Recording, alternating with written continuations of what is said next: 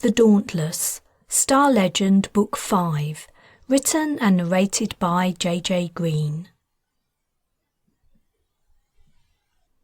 Part 1, Chapter 1. Taylan hated herself for what she was about to do, but she had no choice. She checked herself over for the final time. With relief, she'd discarded the fortune-teller's garb she'd been wearing for weeks. She'd hated dressing up like a fairground display. Now the Britannic Alliance had retaken its homeland, she was back to plainer clothes, as well as boots and a warm coat, essential requirements at this time of year in West BI. She had also cut her hair. Her clothes were second-hand and worn. She hadn't wanted to spend her remaining funds on anything fancier. She hoped she didn't look too shabby for the receptionist to take her seriously. A stiff wind blew in from the sea as she walked along the harbour front, undoing her previous efforts at combing her hair. The sea was unusually rough. Waves crashed into the walls and spilled onto the promenade. She dodged the tongues of water that reached across her path. As she arrived at the West BI Parliament, her heart was beating fast, though not due to exertion. She had to succeed today. Her children's lives could depend on it. The building's gigantic roof extended over the broad walkway, slowly undulating, mimicking the movement of the ocean it faced. Wide steps rose up to the glass-fronted entrance. She had known about this place all her life, but she'd never been here before. She'd never imagined she would have a reason to visit it. Taking a deep breath, she mounted the steps. At their top stood 4 security checkpoints. She picked one and walked through the archway. No alarms sounded. She emerged into the lobby. Parliament was busy, unsurprisingly. The Britannic Isles had been in turmoil since Carla Orr had been forced to give up control of the country. The BI government had returned to its seat in London and begun issuing laws and regulations like they were going out of fashion, while at the same time repealing nearly everything Orr had put in place. But compliance amongst the Crusaders was patchy at best. There were regular protest marches and disturbances. Fighting and looting had become commonplace. From the conversations she had overheard, most of Orr's followers were deeply sceptical of what they were being told. They didn't believe their Dwyer had married Arthur and handed the reins of power to the former government. They suspected she was being coerced. In the time Taylan had lived in Crusader society, her estimation of them had sunk low. Their beliefs were bizarre and they were gullible to a ridiculous level, but she had to give them credit when it came to their understanding of the current situation. They were absolutely right. Navigating the crowd, she approached the reception desk. The shortest line was 5 people deep. She waited impatiently for her turn. When it came, the receptionist looked her up and down before saying, "Yes." The woman had greeted every other visitor before Taylan with a "Good morning, sir," or "Madam. How can I help you?" Self-consciously, Taylan smoothed her hair. "I'd like to speak to Mr. Jonter." The receptionist's lip curled. "I'm afraid that won't be possible. What did you want to speak to him about? The government has several help pages on its website. I can point you to the right one." "I don't need the government's help. This is a personal matter between Mr. Jonter and me."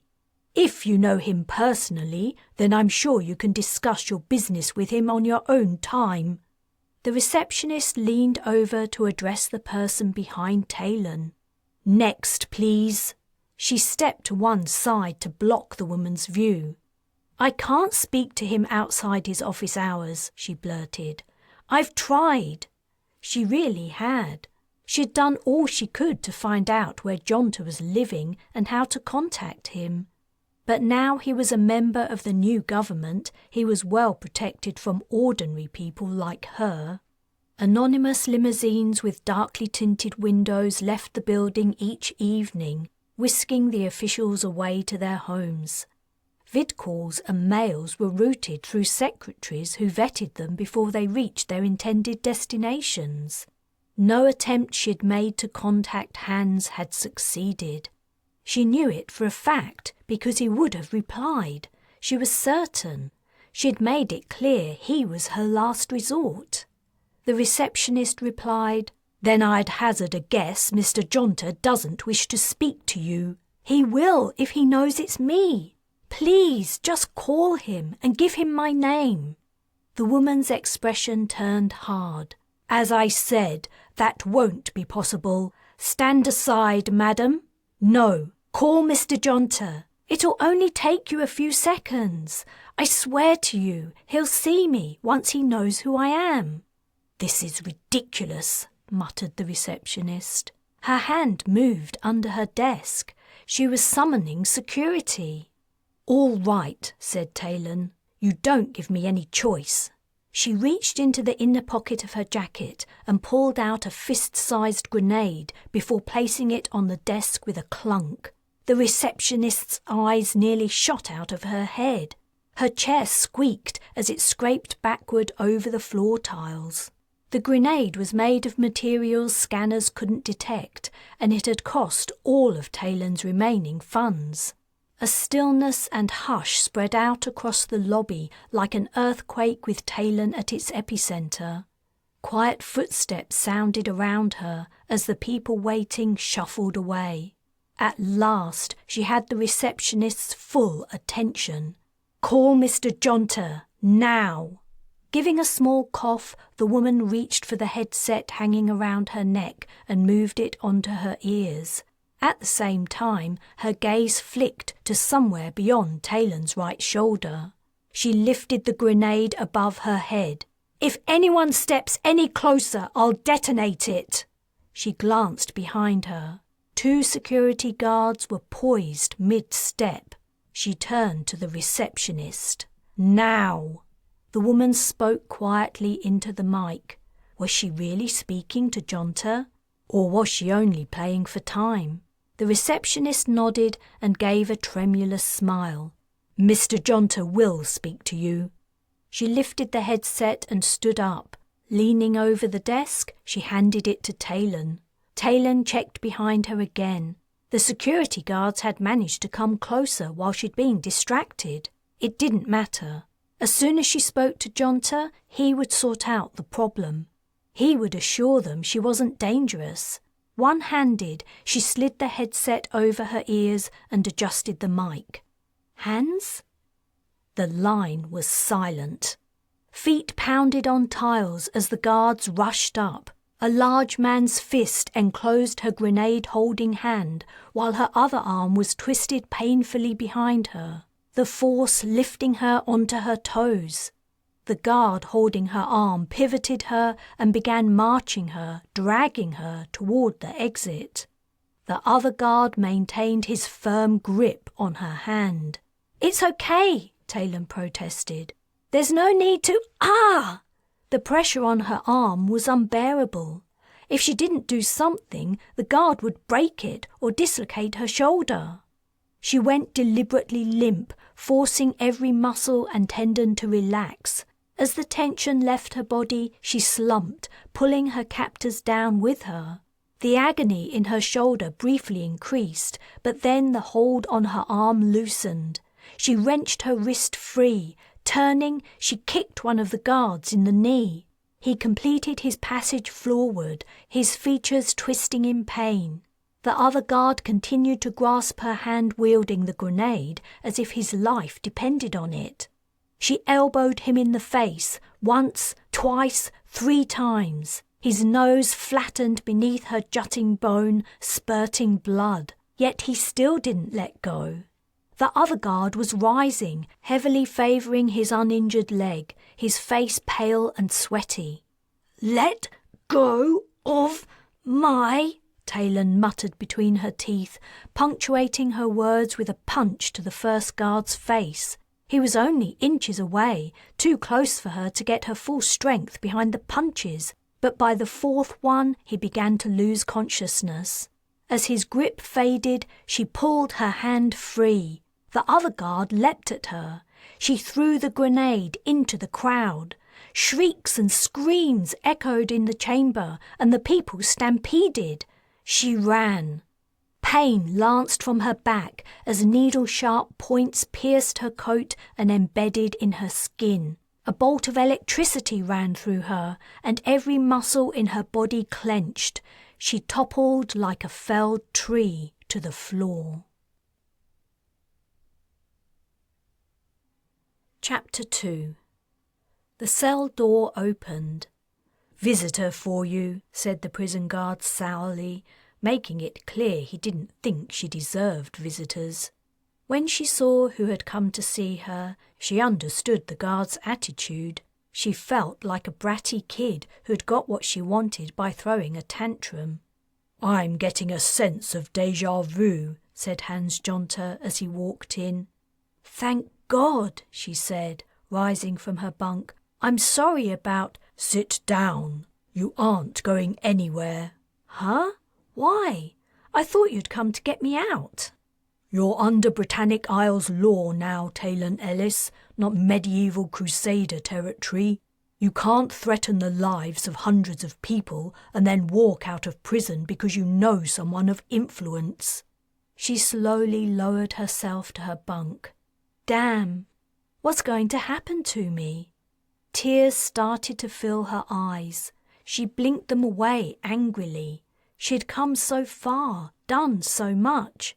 But I didn't hurt anyone. "The 2 guards you assaulted might not agree with you on that," said Jonter, pulling out the cell's only chair from beneath a table and sitting down. "But the grenade was fake. I was only using it to get people to pay attention." "You certainly succeeded." Jonter leaned forward and rested his elbows on his spread knees. "It's nice to see you, despite the circumstances." She nodded, mumbling, "You too." It was good to see him. In the time they'd spent together following their escape from Morgan and Dwyer Orr's slimy son, she'd come to know and like the former head of the Secret Intelligence Service. But her mind was on her problems. The knowledge that Jonter wasn't able to have her released immediately had come as a terrible shock. She had achieved one aim, only to fail her other, more important one. "I have to say, however," Jonter continued, "a simple vid call or mail would have done if you wanted to speak to me. Terrifying governmental staff and visitors to the Parliament was overkill." "I tried," she protested angrily. "Don't you think I tried? You don't realise it, but your support staff surround you like an impregnable fortress, protecting you from ordinary people like me." "I wouldn't call you ordinary," said Jonter with a smile. "What could be so important you needed to commit an act of terror to speak to me about it? I'm guessing you didn't only want to pay me a social call." "No." She hung her head. "How long are they going to keep me here? Do you know? Do I have to go on trial for what I did?" The threat of a long sentence loomed. She'd already wasted precious days just trying to contact Jonter. She couldn't afford to waste any more time. "The prosecution service hasn't decided yet. I promise I will pull every string I have to help you, but I'm not a miracle worker. Now this is the Britannic Isles once more.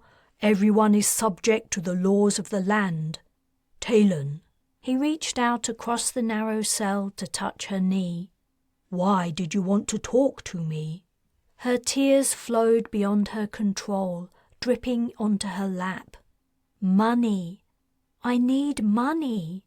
I have to get to Australia, and I don't have enough money to buy a ticket." He sat upright. "That's it?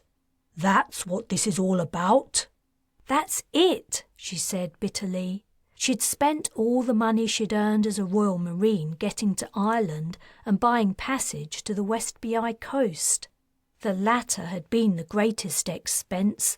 Paying someone to risk their life to transport you to an invaded land was expensive. But when I was mayor of Abertawe, I gave you plenty of money. And I gave it all to the resistance. I couldn't risk being caught with lots of cash on me when I was pretending to be a fortune teller. It would have looked suspicious. Besides, do you remember the whole nearly being hung by Morgan episode? Did you think I had my bra stuffed with Crusader notes through all of that? He snorted a laugh. I didn't really think about it, I have to admit. She drew her sleeve across her face and looked up. You remember about my kids? I found out they're probably in a Crusader camp in Australia. Now Orr's ceding her territories to the Alliance, I don't know what'll happen to my son and daughter. I have to get over there and find them as fast as I can. How can there be a Crusader camp in Australia? It was never under Earth Awareness Crusade control. A friend of mine, Major Wright, do you remember him? He was one of the officers with Orr and Arthur at the Victory Parade. Yes, I know who you mean. I'd already met him in Jamaica. Not the most reliable BA officer ever. She frowned in confusion, but ignored this tidbit to continue. He uncovered a child trafficking operation while on patrol off the coast of Australia. The Crusaders were bringing children in from the countries they'd conquered. As far as I know, no one's found where they were taking them or what they were doing with them. My kids have to be there, I know it. I've searched everywhere else. I see. Orr must have been laying the groundwork for another invasion. Have you checked the Reunite directory? Yes, she exclaimed. Of course I have. Do you think I'm an idiot? One of the first acts of the new government, after reinstalling a countrywide net, had been to create a site where separated families could post information to find their missing loved ones. She'd scoured it several times daily without success. Wright's tip was her strongest lead. All right, said Jonta placatingly. I was only checking. Do you have children? No, I've never been married. Sorrow flitted across his features, then it was gone. I don't have any children. Then you don't know how I feel. I have to get to Australia, Hans, soon. Isn't there anything you can do to help me? Major Wright must have informed the Australian authorities about his discovery. I'm sure they're doing all they can to locate the camp. As soon as they do, your children's names will appear on the Reunite site. I can keep an eye on it and let you know if their names turn up. No, that isn't good enough. I have to go to Australia. Who knows how long it'll take for the authorities to find them? They're only little. They might not even remember their names anymore. Not if the Crusaders have forced them to use new ones. The thought of Patrin and Kayla among the cultists being indoctrinated with their weird beliefs and probably mistreated caused sobs to well up in her chest. Her shoulders shook. Suddenly she was weeping uncontrollably. She'd been holding herself together for so long, focusing on her search, battening down her fear and despair. But she couldn't control her feelings any longer. Jonta's news that she could be convicted of terrorism and imprisoned for an unknown length of time had dealt the final blow. She was dimly aware of him shifting from the chair to her bunk and putting an arm over her shoulders. I will do what I can, he murmured. Chapter 3.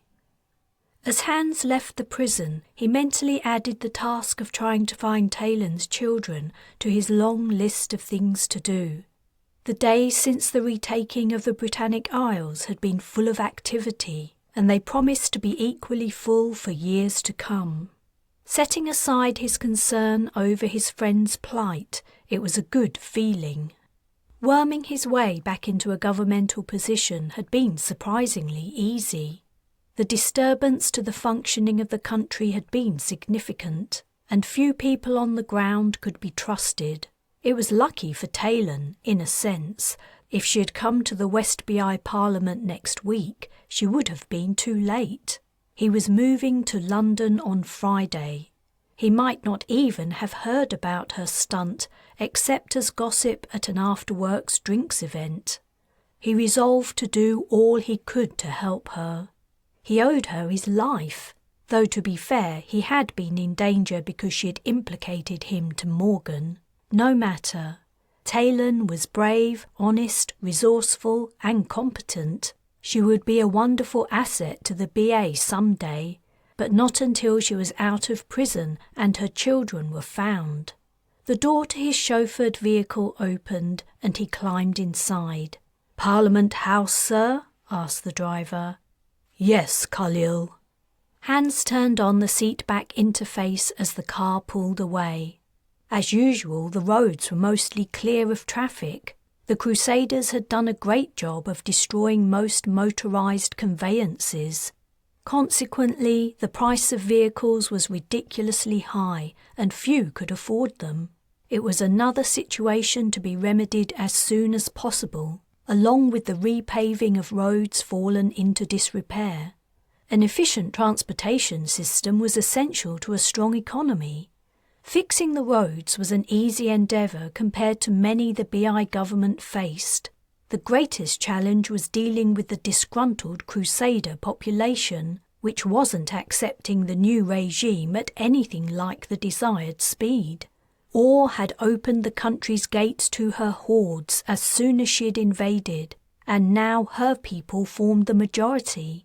Though the displaced native population had begun to return or come out of hiding, they were outnumbered by the invaders.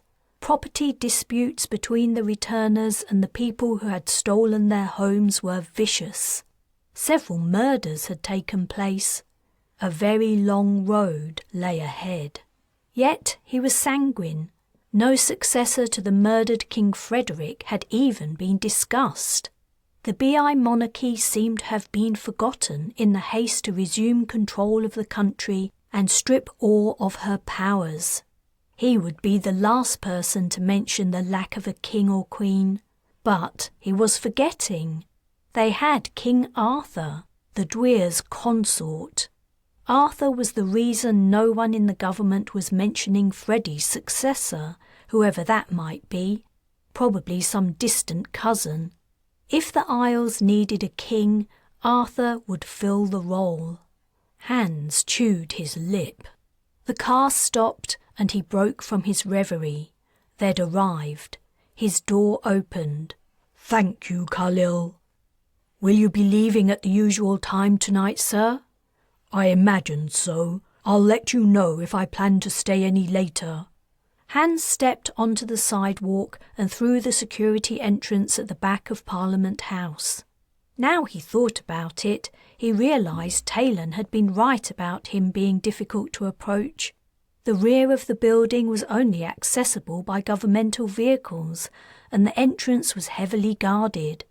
Both were essential requirements in the face of civil unrest, and all incoming communications to him were reviewed by staff. Her messages to him must have been screened out. If she hadn't pretended she would blow up the building, he might never have heard from her again. He walked the quiet, carpeted passages to his office, passing only a couple of staff members on his way. The behind-the-scenes atmosphere of the building was a marked contrast to the urgent, noisy crowds packing the lobby. Every day, people called on their local government to solve the many problems of their new lives. He was grateful to the staff who protected him from the masses, though Taylan's experience was an unfortunate side effect. He opened the door to his outer office and was greeted by his smiling secretary, Walker. "Was your trip successful, sir? Anything important come in while I've been gone? Anything from London?"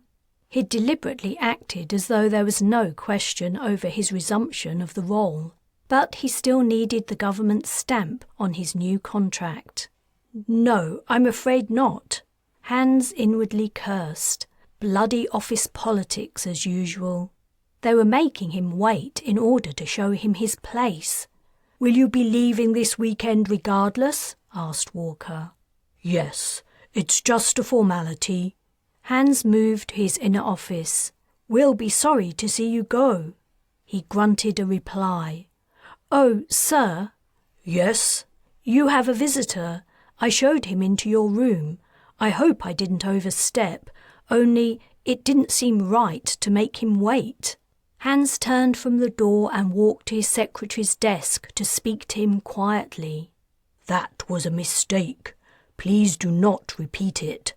I shouldn't need to point out to you that anyone who enters my private chambers could have access to— It's a rather important visitor, sir, Walker blurted. It doesn't matter how important they are. You cannot risk sensitive information getting into the wrong hands. Hans sighed as he returned to his office door and silently thanked the stars he would be leaving behind the Westby Parliament and its amateurish staff soon. He was not so dense as to leave classified information easily accessible, but the principle mattered. He went into his room. A large figure sat on the visitor side of the desk.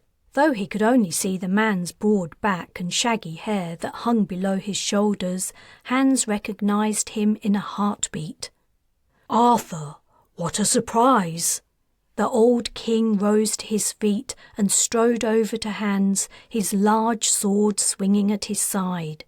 Reaching down, he grabbed Hans's hand in his massive paw and pumped it. Then, as if for good measure, he thumped Hans's back. It's good to see a familiar face. I'm sorry for intruding. I hope you aren't too busy. I am always busy, Hans replied, hastily crossing to his desk before Arthur could find another part of his body to attack in greeting. But never too busy to see you. Please, sit down. Did my secretary offer you something to drink? Yes, thank you. As Hans seated himself, he surreptitiously took in the king's appearance. In the early days of their acquaintance, he'd taken care to forge a friendly bond with Arthur, as he did with every important person he met. He'd tried to do the same with Carla Orr, but she'd either sneered at or entirely ignored him. Arthur had been different. He'd been polite and open and almost eager to make friends. Hans had sensed a deep melancholy in him. It was probably something to do with the severing of his close relationship with Merlin, figuratively and literally, considering he'd sliced off the alien's head. The two historical figures were famous companions, and their relationship had continued into modern times. Then Merlin had revealed that, to him, the king and the rest of humanity were only pieces in a vast, elaborate game his species played. The epiphany would have destroyed anyone's friendly feelings. Arthur's depressed state seemed to have worsened since Hans had last seen him. The king's shoulders sagged, and he looked disconsolate. He seemed older too, though it was only 10 days or so since they'd parted company. "What are you doing here?" asked Hans. "It's a long way from London. I didn't realise you had business in Westby, or I would have invited you for dinner.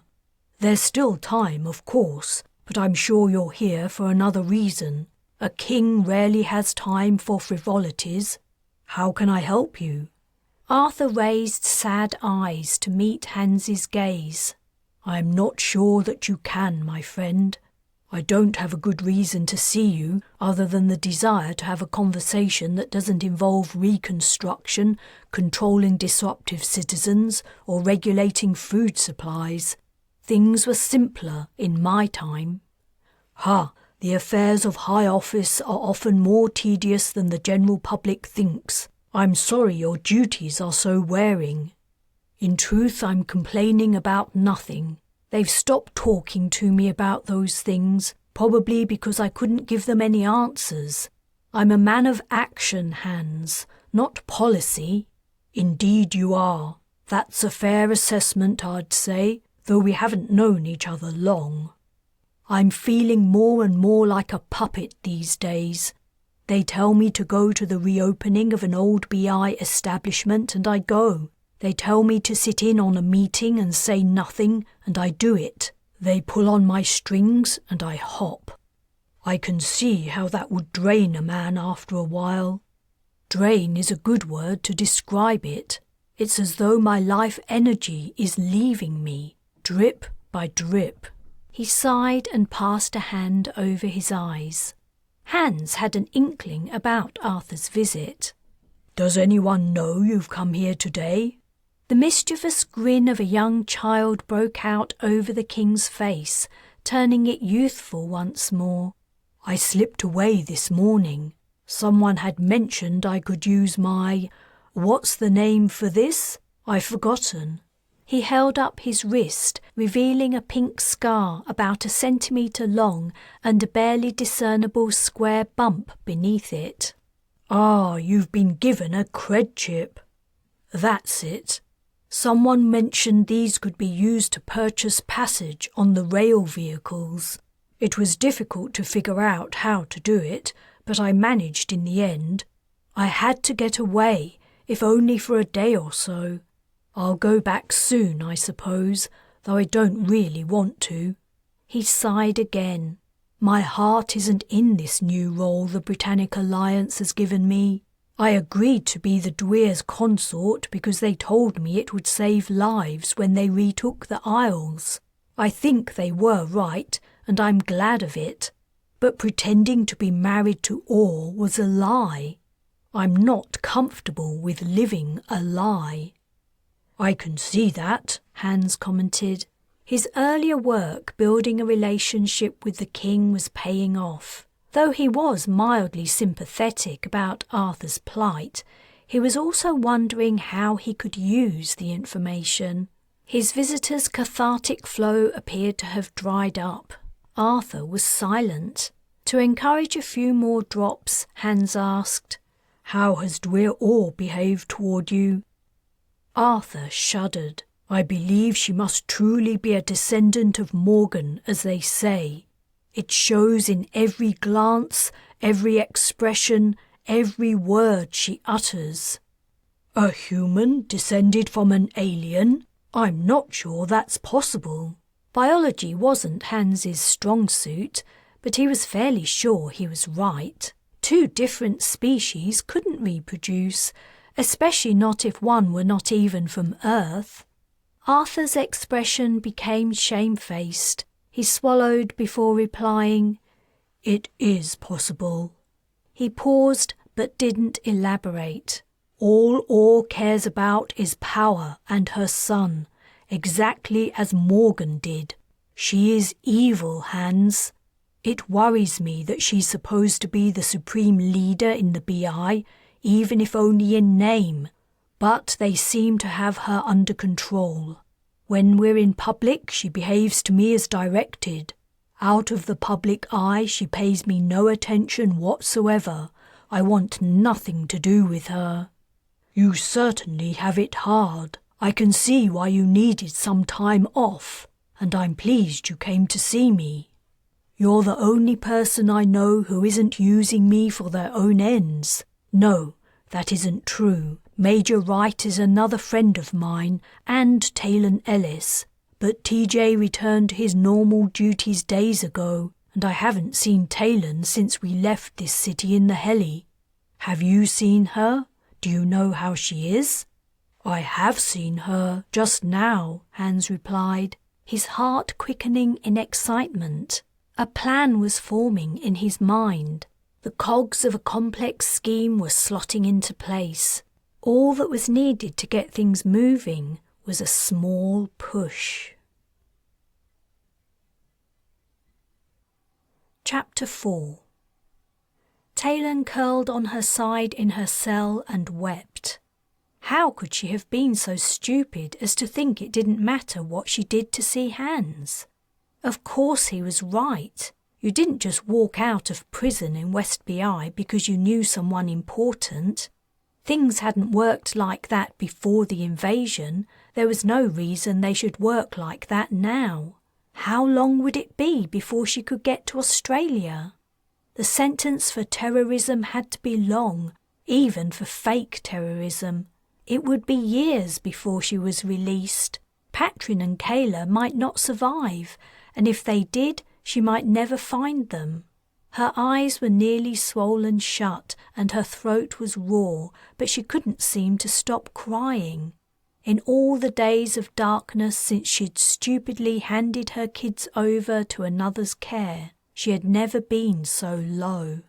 She almost didn't hear her cell door open and someone walk in. Jonta had come back. She sat up and pointlessly wiped her sodden face and runny nose. His expression told her all she needed to know about how she looked, but she didn't care. She sniffed. Had he come to say he would get her a good solicitor, or she might get a reduced sentence? "Tell me you have good news," she croaked. "I have very good news," he replied, smiling. There was something about Jonta, something secretive and scheming, that always left her feeling on edge. She could never fully trust him. Even now, when he seemed to be helping her, she guessed his efforts were for his own benefit too. "Is it the best news?" she asked, hardly daring to dream she might not have to wait years to be released. "It is the best news." She leapt up. "I can leave?" "Not quite yet. Your case still has to be processed, but you should be allowed out by early tomorrow at the latest." She grabbed him in a tight hug. She didn't care if he was helping himself too. It didn't matter as long as she was free.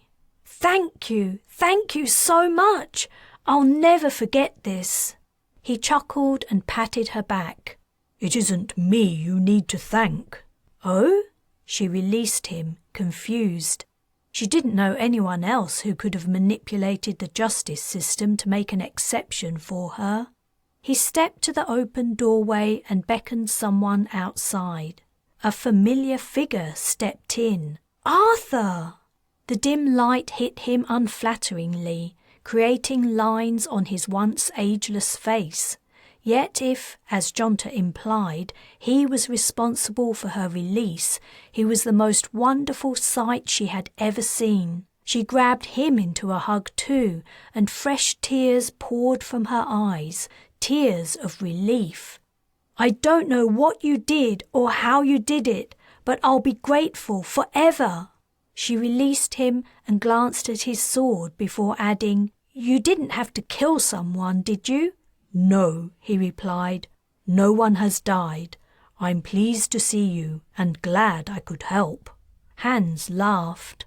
"I might not have the influence to override a lawful charge, but who would question King Arthur, newly returned to resume his throne?" Taylan said, "I'm guessing nobody." "Exactly," Jonta replied, looking like the cat that got the cream. "Not yet, anyway, though I impressed upon the local police they must expedite their process. I told them the king is leaving in the morning and he wants you to accompany him." "Huh? I can't go anywhere with Arthur. I have to go to Australia as soon as I get out of here. Or did you only tell them that to make them hurry up?" "I do want them to push your case through the system quickly before anyone higher up in the chain notices what's happening. There is a chance someone could object. We need you out of prison and both of you to be long gone before that happens." "I don't understand." She looked from Jonta to Arthur and back again. "I am coming with you to Australia," Arthur said. "Hans explained it very well. I'm unhappy in my new role. You know me, Taylan. I'm not cut out for politicking." "You're coming with me? But—" Everything was moving very quickly.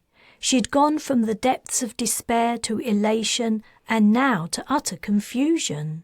The idea of King Arthur accompanying her on her search for her children had never entered her wildest dreams.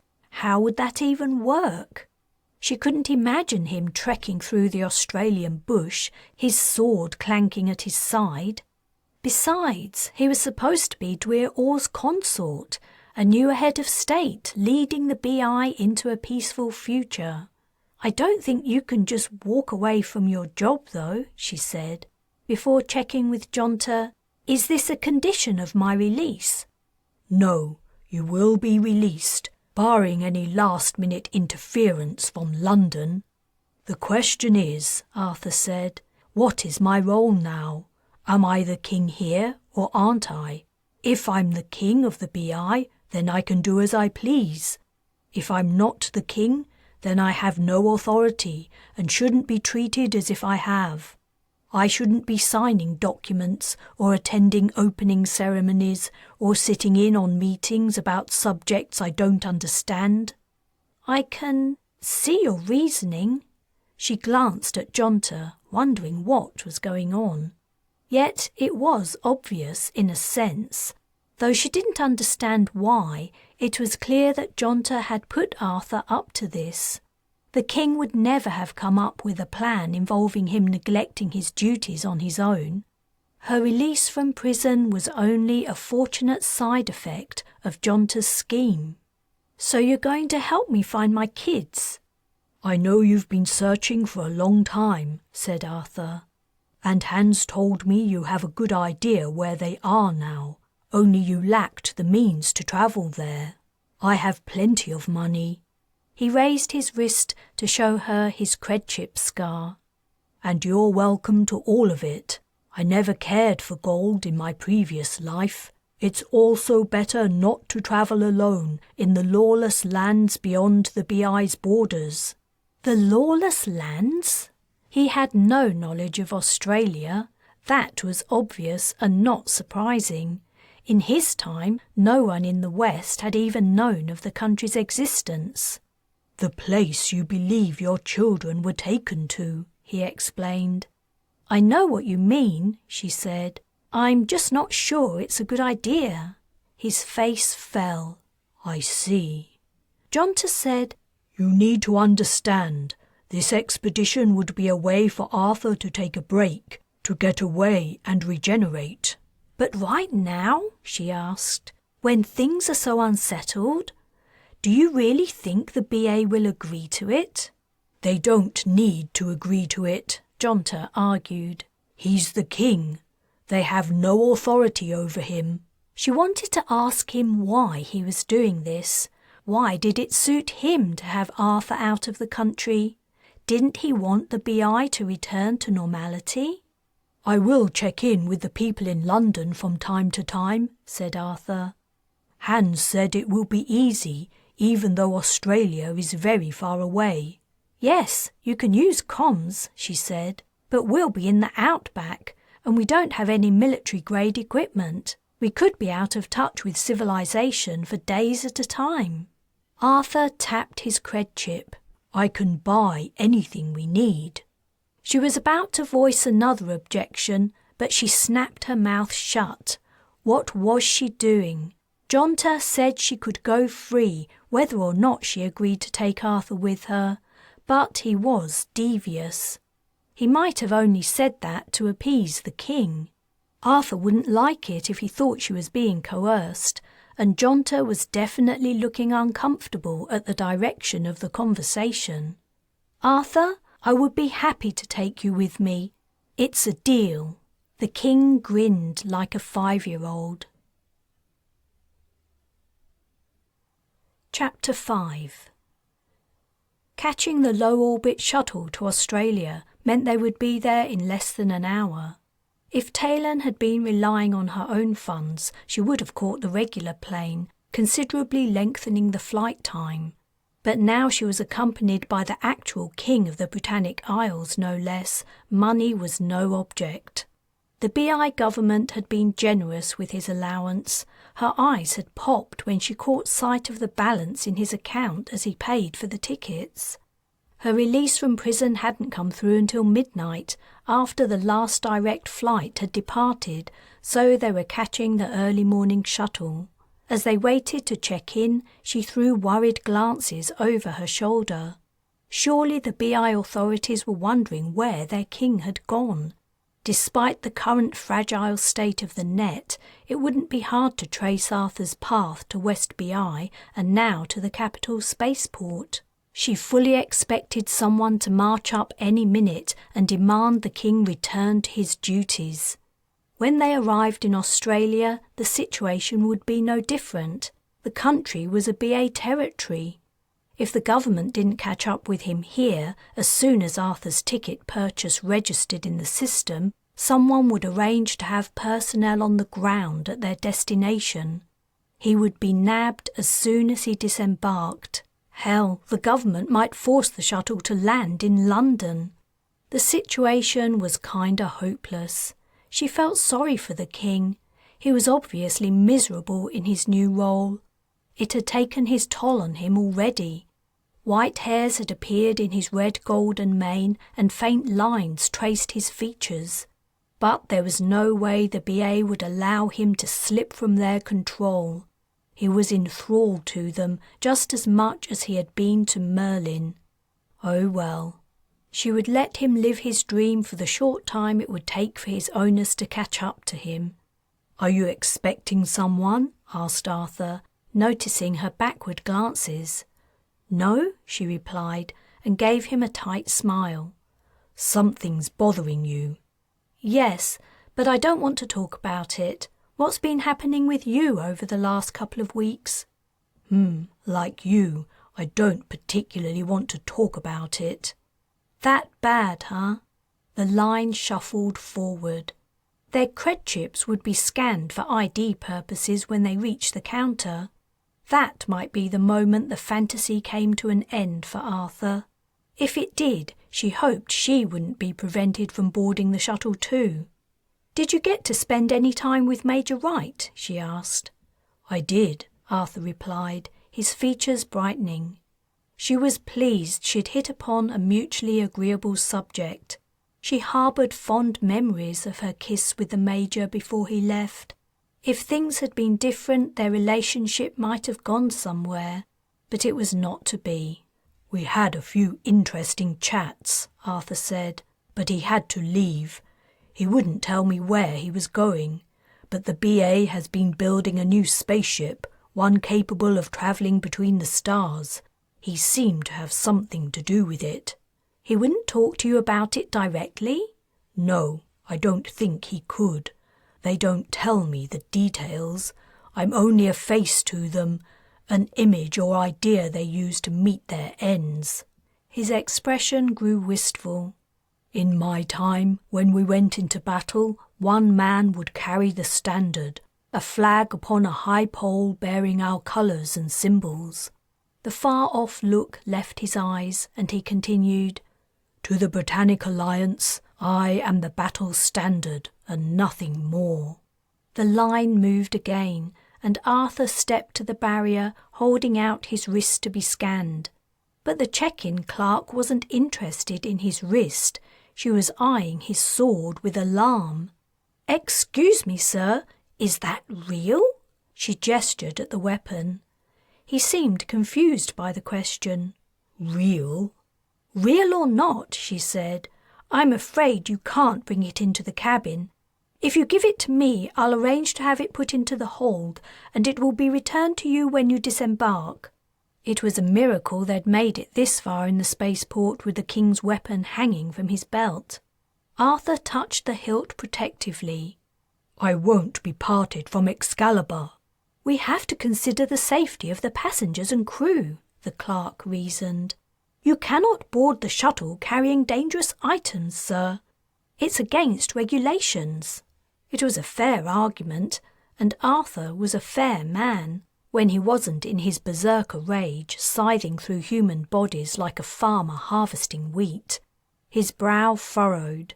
Maybe it wouldn't be the BI authorities swooping in and whisking him away that would put an end to his trip to Australia. Maybe he would end the jaunt here himself by refusing to give up his sword. To Taylan's amazement, he unbuckled his belt. "Take good care of her," he said gravely, handing over the sword as if it were a newborn babe. "Oh, we will, sir, we will." The clerk handled the weapon entirely differently, like a bomb, as she passed it to an assistant. She peered over the counter, her eyebrows raised. "You don't have any baggage?" Taylan hadn't bothered to collect her few belongings from the house she'd been squatting in, and Arthur apparently hadn't brought anything from London except Excalibur. "No," she answered for both of them. They had their chips scanned and they moved to the next section. No one had stepped forward to force Arthur to return to his duties. And no one did step forward.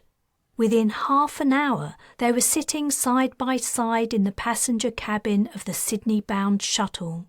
She scanned the ground, watching the crew loading the baggage, but no officials were madly scrambling to reach the spacecraft before it took off. In another 15 minutes, they were in the air. The shuttle climbed rapidly to the upper atmosphere, the G-force pressing them into their seats. The surface of the planet rapidly receded. The horizon began to curve and the sky darkened. She had never been able to afford to travel via shuttle. On rare trips abroad, it had always been the slower, regular planes, jam-packed with other passengers, breathing stale air and eating shitty food. This new experience made a nice change. More importantly, she was finally on her way to find her kids. Arthur might be stopped in Sydney, but unless her terrorism charge had been reinstated, she would not. She was a free citizen. She allowed herself to imagine holding Patrin and Kayla again, and her eyes became wet. "Thank you for doing this for me, Arthur." "It's a pleasure to help a friend, and you are one of the few I have." As he replied, his gaze was focused beyond her through the shuttle window. "We are leaving the Earth behind," he remarked, peering downward. "Yes, we'll fly through space for about half an hour."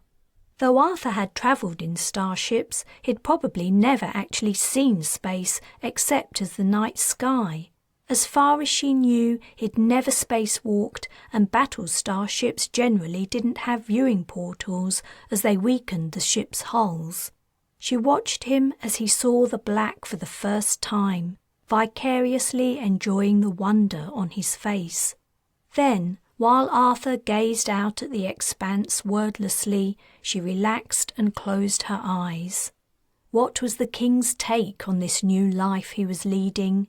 Did he still think it was a dream? She began to doze. As she drifted off, she saw a battlefield where knights in armour on horses hacked at each other with swords. She faintly heard their cries. A standard flew above the battle, 2 long tails billowing in the breeze. Upon the flag, a scaly red dragon writhed, its wings beating against a white background. The sounds of the battle grew louder, the clash of weapons, the screams of injured men, the roar of fighters calling to their comrades in arms. A gust of wind blew, howling, and tore the flag from its pole. The material twisted and whirled, lifting high over the field before disappearing from sight among the clouds. Chapter 6. Taylan spied the delegation awaiting them at Sydney Spaceport before they'd even disembarked. A huge crew of officials, police and media reps was visible through the windows of the arrival hall. "Damn," she said softly. "What's wrong?" Arthur asked. She nodded in the direction of the hall. He peered through the shuttle window. It took him a minute to understand what she meant, but when he did, he looked crestfallen. His small burst of freedom had come to an end. "Is there another way out?" he asked. "Definitely not. We'll be corralled through the spaceport until we reach the arrivals area. Security is tight in places like this." "Will I get Excalibur back before we meet them?" Her jaw dropped. "You aren't thinking of fighting your way out?" "Of course not. Those people haven't done me any harm, but I'm worried she won't be returned to me at all." "Oh, you'll get her back at some point. I'm not sure when. The Britannic Alliance wouldn't want him to be seen without his sword. It was as much a part of King Arthur's image as his mane of hair and beard. That's something at least, he said sadly. They waited while the other passengers disembarked. There was no point in hurrying the moment they would part company. Finally, everyone had departed. Taylan stepped out from her seat and they exited the shuttle. "It's been pleasant spending time with you again," said Arthur, as they walked along the spaceport passageway. "It's a shame our time together has been brief. Do you remember when we journeyed through the Westby Hills with TJ and Merlin?" Absolutely. What an odd experience it had been. She'd never seen Arthur so much in his element. The way he'd moved and behaved, as if he were a part of an ecosystem. It had been clear he was home at last. "I would have liked to do some more trekking with you," he said. "I don't think it will be the same here. Australia's very different from Westby." "How so?" "For one thing, it's a lot hotter, especially in the area I'll be going, where Wright thought the Crusaders were taking the kids. A lot hotter and a lot drier. In Westby you're never far from water. In the outback you can easily die of dehydration if you aren't careful. The country's also way bigger than the Isles. You can't walk those distances." Her heart sank as she remembered that, for her, these problems weren't hypothetical. She'd made it to Australia, but she wasn't much better off than she'd been at home. She remained virtually penniless. They passed through immigration smoothly. At the baggage collection point, no one knew anything about Arthur's sword. Taylan began to fear she'd been wrong about him getting it back. The weapon was like a part of him. If it went missing, he would be distraught. But then she noticed a spaceport official waiting at the exit, holding Excalibur in her scabbard awkwardly with 2 hands across his chest. A look of relief came over his anxious features when he spotted them. Arthur marched up to him. "Thank you." Taylan waited as he fastened the belt. The king complete once more, they passed into arrivals. The waiting crowd surged like the rising swell on an ocean. She had a brief sensation of being a world-famous celebrity, though it wasn't her everyone was here to see. She scanned the room, figuring out the best route to slip away unnoticed, and slowed her pace, allowing Arthur to draw ahead. "Welcome to Australia, King Arthur," said a woman in a smart skirt suit, moving forward from the throng. "We're so delighted to have you here, sir." It was the Australian Prime Minister, Taylan realised with shock. She'd been expecting anonymous BA officials to orchestrate the public reception before whisking Arthur back to his duties. Cameras were out all over the place, and the king was looking like he would rather be anywhere than here. As he entered the melee, she began to sidle away, keeping her head down and her gaze averted, as if she had nothing to do with him. "You must be Taylan Ellis," said a voice. She looked up at a uniform covering a broad male chest. Shit. Apparently the Royal Marines operated in Australia too. Of course they did. Wright had been on duty here when he'd discovered the Crusaders' child trafficking. There was no point in denying it. "Yes, I am. But," she added, "I'm not with the king. I'm travelling by myself." Arthur had been swallowed by the throng. "You're travelling alone?" the officer echoed. "That's strange. I was told to meet the 2 of you and help you prepare for the expedition." "You were what?" "There must have been a mistake. Never mind. Sorry to bother you." He began to walk away. She ran after him. "What did you say? You're supposed to help us." He paused and replied patiently, "My orders are to meet with the king after the official welcome and someone called Taylan Ellis. That is you, right? I was sent your image." "Yes, it's me. What was it you said about helping us prepare for our expedition?" "The king is going to help with the search for the trafficked children. Are you working with him or not?" Holy shit. I will be working with him.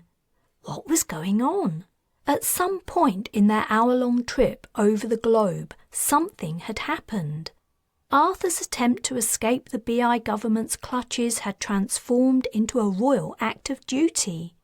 "Okay," said the Marine. "Come with me. The welcoming event should take about 20 minutes. When it's over, we'll discuss your equipment requirements and give you a rundown on what we've done so far. You're booked on a transfer flight to Alice Springs." Feeling like she was walking on air, she followed in the officer's wake as he forged a path through the crowd. Chapter 7. The compound was breaking up. In the darkness, beneath the camouflage canopy, the Crusaders were taking down tents, dismantling furniture, and transferring supplies to boxes and tubs. Gradually, the carts and wagons were filling up with everything portable. Other things, like the barn where the boy and his sister had slept all the months since they'd arrived, and the high wooden surrounding fence, were to be destroyed. No evidence is to be left behind, the boy had overheard. Evidence of what? The children who had died, he guessed, though their bones had to be somewhere out in the desert.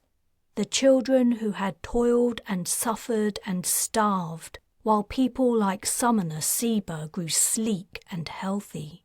It was funny. It didn't matter how much Seba ate or how good his food was, he was never happy or kind. If anything, eating better than most people in the compound seemed to make him angrier and more bitter. The boy grimaced. "What's happening?" his sister asked. The younger children had been herded into a group in the centre of the compound. The older ones were helping with the packing up. While choosing who would help and who would wait, one of the organisers had hesitated over the boy. He'd bent his knees to look smaller and discourage her from picking him. It had worked. He wasn't sure if he'd done the right thing. He wasn't sure what would happen to the kids too young to help with the heavy work. But he hadn't wanted to leave his sister. She was too small for most work. Who knew what might happen to her if— "What's happening?" she repeated, tugging his sleeve.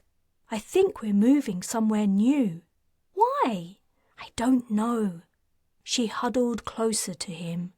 The people running the camp seemed scared and worried. They shouted and snapped at the children worse than ever, and they fumbled their own tasks, fear making them clumsy. They had to be preparing to go on the run. No fighter jets had passed overhead for a couple of weeks. No one had mentioned a word of it, but the Alliance must have won the war. The compound had always been a secret place. In all his time here, the boy hadn't seen anyone make contact with the outside world. The Crusaders must have been hoping that one day everyone in the country would be a Crusader and they wouldn't have to hide any more. But the opposite had happened, and now they had to move on before they were found out. Move on to where?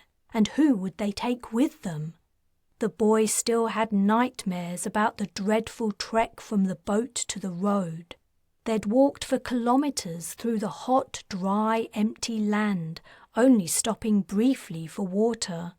If he hadn't carried his sister on his back the last part of the journey, he didn't think she would have made it. Did they face the same trek again? He was weaker now. They both were, and every vehicle would be full of equipment. The Crusaders would ride in them too, but there would be no room for anyone else. The children would have to walk. The boy didn't think many of them could walk for a whole day like they had before. He knew his sister couldn't. "Hey!" It was an urgent whisper. A girl was slowly passing by, carrying a bundle of clothes. He knew her vaguely, though she belonged to a different section. Once, when they'd been gathering pumpkins, she'd offered to help him carry a large one, but he hadn't agreed. He'd fallen and been beaten. The girl's name was Hannah, though that couldn't be her real name. "Don't wait," she said. "Run away, the first chance you get." "What?" the boy asked stupidly. He'd understood what she'd said, he just couldn't take it in. Checking around, she halted. "I heard them say they have to kill the little ones or they'll slow us down." "They—" Horror dried the words in his throat. "I've told you what I know," said the girl. "It's up to you now." She hastily moved on. "They're gonna kill me?" asked his sister, her voice high and trembling. Other children had heard Hannah's warning too. Ripples of shock and fear passed through the group as the word spread. "No," the boy replied. "They're not going to kill you." "But that girl said—" "They're not going to kill you." He took her hand and gripped it so tight she winced, but she didn't ask him to let go. His stomach churning, he looked around with new eyes. Instead of watching the packing up, he looked for a way out. Activity surrounded them, Crusaders and older kids crossing to and fro. No one was paying them any attention, but if anyone tried to leave, they would be spotted quickly. Even worse, the fence remained standing. Until that had been dismantled or burned, the only exits were the two gates.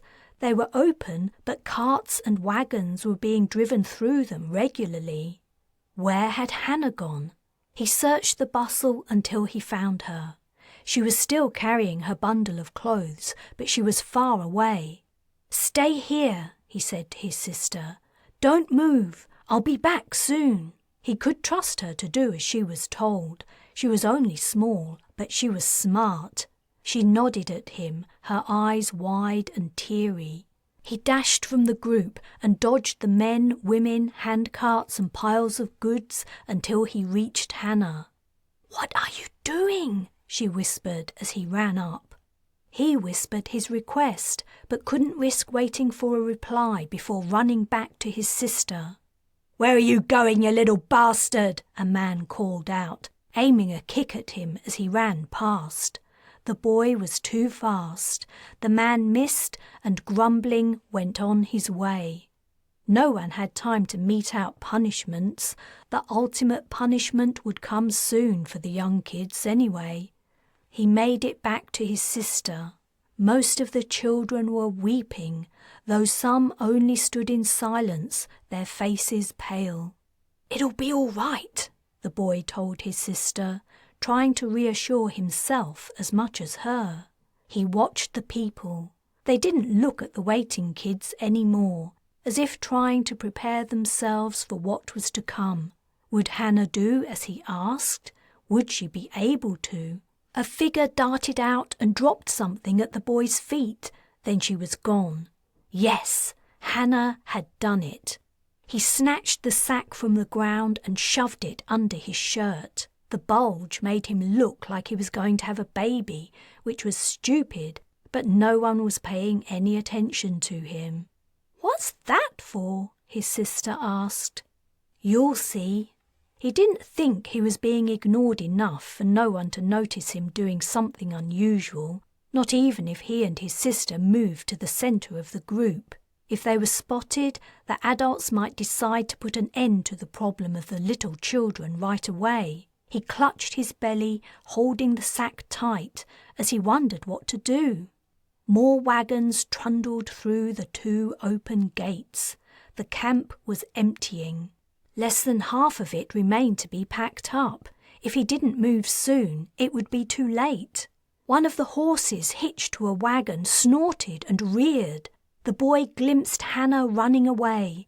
She must have jabbed it or something. The horse bucked and jerked the wagon forward, dragging the other horse with it. Half-loaded contents spilled from the open back. There was an instant commotion as Crusaders ran to quieten the horse and reload the wagon. The younger kids were completely ignored now. Hannah had given him his chance. He whipped the sack out from under his shirt and opened the top. "Quick, hop in," he told his sister. Without hesitating or asking why, she jumped right in it. He closed the top and hoisted her over his shoulder. Before leaving, he turned to the other kids and said, "Run! Try to get out!" The group broke and scattered. This caused more disturbance. The Crusaders quickly saw what was going on and tried to catch the little kids. The boy wasn't the first focus of their attention because he was carrying a sack. He looked like he was helping with the packing up. He walked confidently, like he knew where he was going. He did know where he was going. He was heading for the north gate. The horse Hannah had spooked was quiet now, but the running children continued to cause mayhem. Some were recaptured and carried away, struggling. Some of the bigger ones climbed onto wagons. The boy guessed their idea was to hide among the supplies. They might be lucky and get away with it, but he wasn't going to risk being caught and killed on the journey. He began to speed up. The commotion was dying down. He was only a few meters from the gate when someone stepped into his path. He almost walked right into her. He looked up at the Crusader woman who was staring down at him suspiciously. "Where are you going? The grain is to go on Seba's wagon." He told me to put it on that one." The boy jerked his chin at the cart nearest the north gate. Wait here." She strode off. He waited, watching her. When she was 10 paces away, she looked back. They always did that. They never trusted you to do as you were told. As soon as she turned her head again, he ran. His arms were already aching and the rough fabric of the sack felt like it was scraping his skin off, but he only had to make it as far as, "Hey, stop!" It was the woman. She must have checked on him for a second time. A wagon was about to pass through the gate. He sped to the other side of it, where he would be hidden from searching eyes. "Stop that kid! Damn it! Where's he gone?" Crouching down, he kept pace with the creaking wheels. In another second, he was through the gate. He fled into the darkness, his sister bumping on his back. Gasping, stumbling, he ran through the desert scrub. The night air was cold in his lungs as they heaved. He ran as far as he could before collapsing. The sack slipped from between his fingers and he lay on his back, catching his breath. Kayla climbed out of the sack and crawled over to him. "Thank you for saving me, Patrin." She remembered his name. For months she'd been calling him the hated name the Crusaders had given him. He sat up, picked up the sack and wrapped it around both their shoulders. In the distance, the compound lanterns shone out, the only lights at ground level. Above them hung the bright starscape. Patrin watched and listened for several minutes. No one seemed to have come out from the compound to search for them. The Crusaders probably didn't want to waste the effort and time. It was hard to survive alone out here without food or water. They probably figured any kids who escaped would die soon anyway. The wagons slowly pulled away down a track leading into the desert. Before they got far, all that was visible of them was the swaying beams of their lamps. Then more lights appeared, licking tongues of flame. Someone had set light to the camouflage canopy and the fence. The children slipped away into the night. Chapter 8. Taylan couldn't believe her luck. Not only was she going to be fully equipped for her search in the inhospitable Australian outback, no one was going to come after her trying to find an AWOL king. What had Hans Jonter told the BI government? How had he spun Arthur's running away from his duties to them? Somehow Jonter had made everything okay. Maybe he'd pointed out that unless they made Arthur's life more bearable, they might lose him entirely. They were relying on the monarch's cooperation. If he refused to give speeches or attend events, they couldn't force him. Maybe Jonta had encouraged them to take pity on him. After all, anyone who spent more than 30 seconds in Carla Orr's company would sympathise with Arthur's plight. "You'll be going off-road," said the Royal Marine officer assigned to help them with their preparations, a woman called Papadopoulos, "which means you'll be out of reach of the net and driving yourself. It isn't too hard once you get the hang of it." She was talking about the all-terrain vehicle the Australian Search and Rescue Division was lending them. Taylan glanced at Arthur. She would have to do all the driving. The king could barely operate a comm button, and that was a recent accomplishment since overcoming his fear of them. "I'm sure I'll figure it out," she told Papadopoulos. "I'm sure you will." She went on to list the equipment already loaded, including a water condensing device for drawing moisture from the atmosphere. "It won't make enough to supply all your needs. The air's dry as a bone out there. But the map in your vehicle's database shows all the known water sources. Just be careful you don't run too low before you stock up. Which brings me to the sanitizer. Don't drink any groundwater or use it for cooking until you've run it through that." "How long will the vehicle battery last?" asked Taylan, concerned they might not be able to search for very long. There would be no recharge stations in the bush. "Years," Papadopoulos replied. In response to Taylan's raised eyebrows, she explained, "They finally figured out how to make fusion cells small enough for motor vehicles. The search and rescue fleet is fitted with some of the first cells off the production line. They've passed the safety checks, but as with all new tech, there's a higher chance of failure, so that's another thing to watch out for. The computer will tell you if it senses anything going wonky. If that happens, don't ignore it. Comm us." A pained expression appeared on her face. "I don't want to have to send out a team to rescue you, too. We're already flat out looking for those kids." "Got it," Taylan said. "I'll keep an eye on the dash." The last thing she wanted to do was to divert the people who were looking for her children. "Good. Right. Let me show you the areas already searched. The local police forces and army reservists are looking too. The effort so far has focused on working inland from the coast, but there's still a whole lot of ground to cover. We have a suggestion on where you should try. You'll be approaching the area from the west." 4 hours later, Taylan and Arthur were in their vehicle deep within the Australian desert. Darkness was falling swiftly. Papadopoulos had cautioned against driving at night, explaining there was a good chance of crashing into a kangaroo. "Not that the roo would be a match for your bull bar," she said, "but it'll be bloody and messy, and you won't like it." Taylan braked, bringing the car to a halt, and turned off the engine. There was no need to search for a flat, dry, open piece of ground as she would have in West BI. Just about everywhere in the outback was flat and dry, and the vegetation grew sparsely. There was also no danger of another vehicle crashing into them. They'd left the road a couple of hours ago. She pressed the button to release the camper extension. The king had been silent for most of their journey, gazing out at the barren landscape. What did he make of it all? Was he trying to square what he was seeing with tales of unknown lands from his previous life? Was he imagining a blank part of the map stating, "Here be dragons"? Or was his Dark Ages mind simply unable to process the view, and he was more like a computer failing to boot? "Time to eat and sleep," she said. "I want to leave first light tomorrow."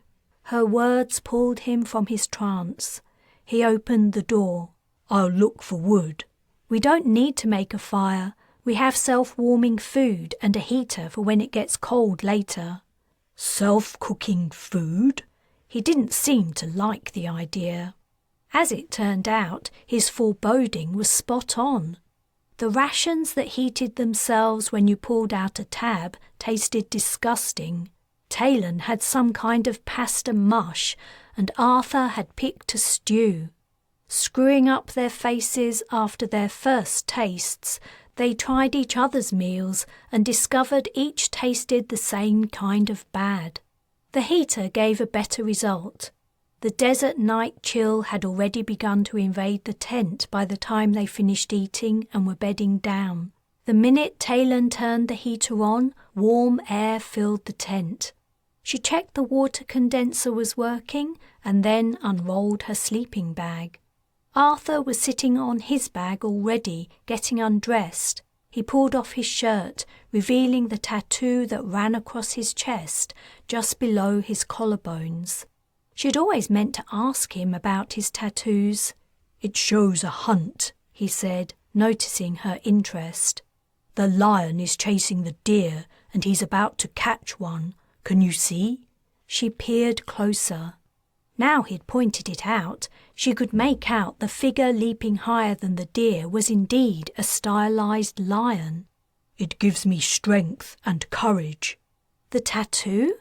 He nodded and turned. "The ones on my back are magical symbols to protect me from evil." "Cool. I have some tats as well, though they don't do anything magical. They're just things close to my heart." "You have? Can I see them?" Taylan pushed her sleeves up to her shoulders. The names Patrin and Kayla curled over one of her biceps. "My kids' names," she explained. On her other arm were the words Cymru am byth. It means long live Westby I. Cymru is the real name for my country. "Our country," Arthur corrected, pulling off his boots. She'd managed to persuade him to stow his sword with the rest of the equipment in the back of the vehicle. "Yes," she said, "our country." "Your name for it sounds similar to mine. It must be a very old word now." "Yeah, must be." She also took off her boots and placed them at the end of her sleeping bag before unzipping it. Her mind turned to tomorrow, when the search for her kids would begin. They were in a part of the Northern Territory the search and rescue team hadn't managed to cover yet.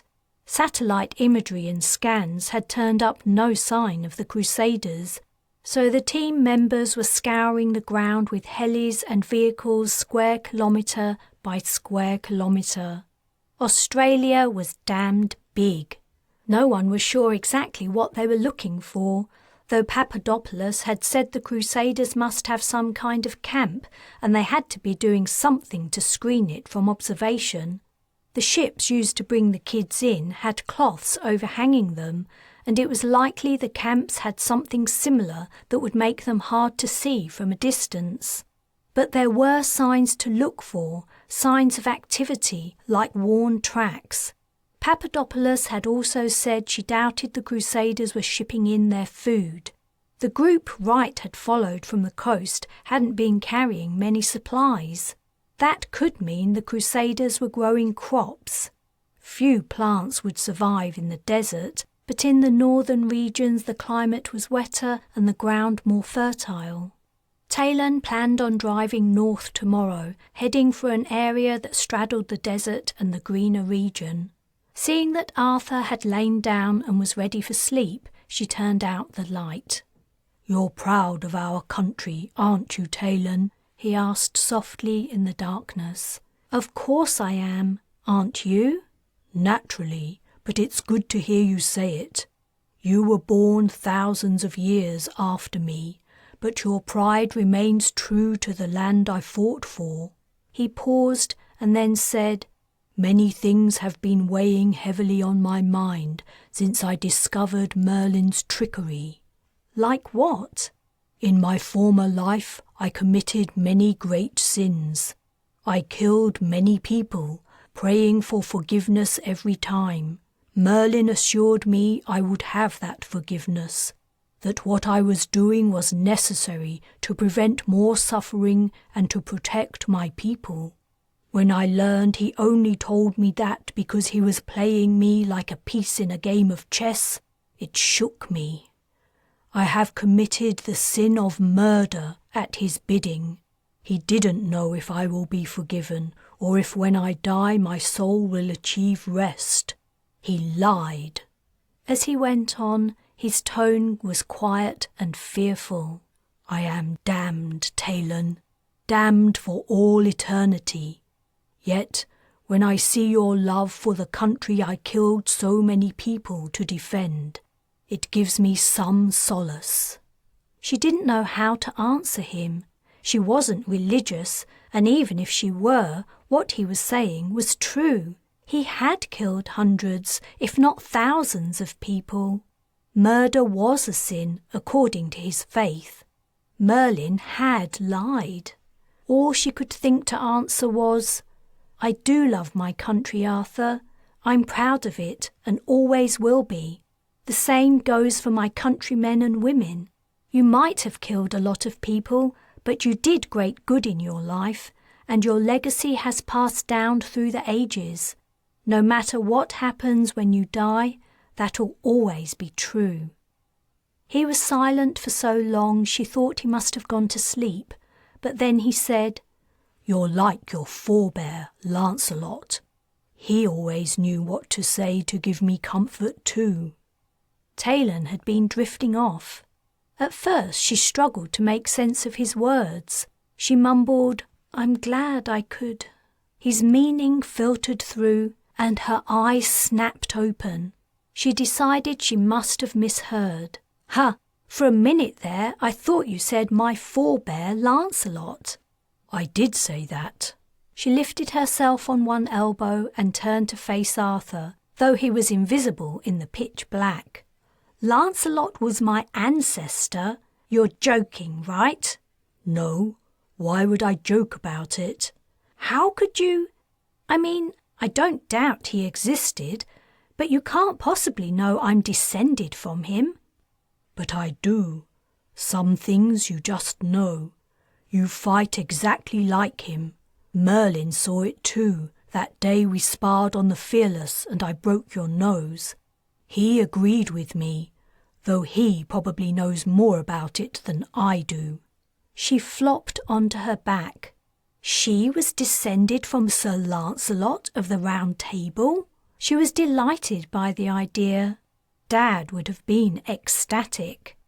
If what Arthur was saying was true, it had to have been her father who had passed on the ancient knight's genes. You should know, Arthur added. Merlin made Lancelot a great fighter by casting spells on him. You have inherited them. Chapter 9. A sea of baking red soil and rock spread out in all directions under a clear azure sky. Heat hung over the desert in a shimmering haze, and the sun was a blurred, glaring circle of white-yellow. They'd been travelling northeast for 5 hours after setting out before dawn. The air had been frigid then. Now their vehicle's dashboard displayed an outside temperature of 45 degrees C, predicted to reach 48.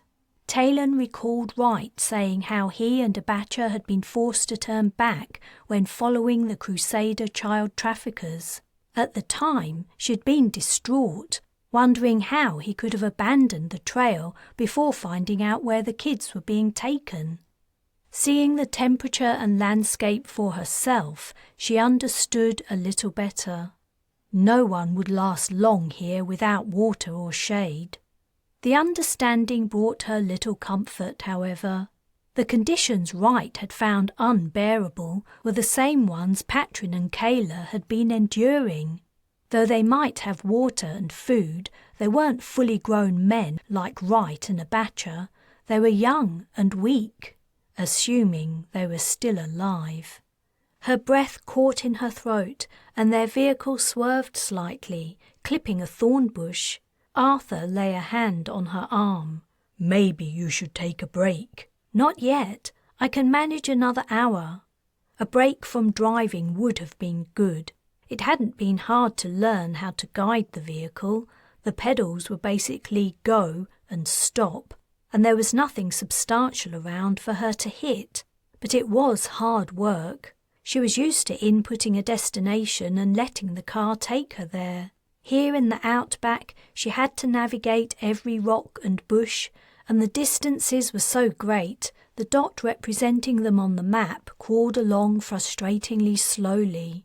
Her arms and neck ached. The tinted windshield protected her eyes from the sun's glare, but they were tired from concentrating on the ground ahead. "Did you think any more about what I told you last night?" Arthur asked. "You mean about me being descended from Lancelot? It's a nice idea, but when you think about it, though I suppose it might be true, it isn't remarkable. It's been thousands of years since Lancelot died. You both lived so long ago, hundreds of thousands of people must be related to him and to you, except— Oops. Too late for her brain to catch up with her mouth, she'd remembered parts of the Arthur legend that told her no one was descended from him. She had strayed onto a sensitive subject. "Sorry," she said lamely.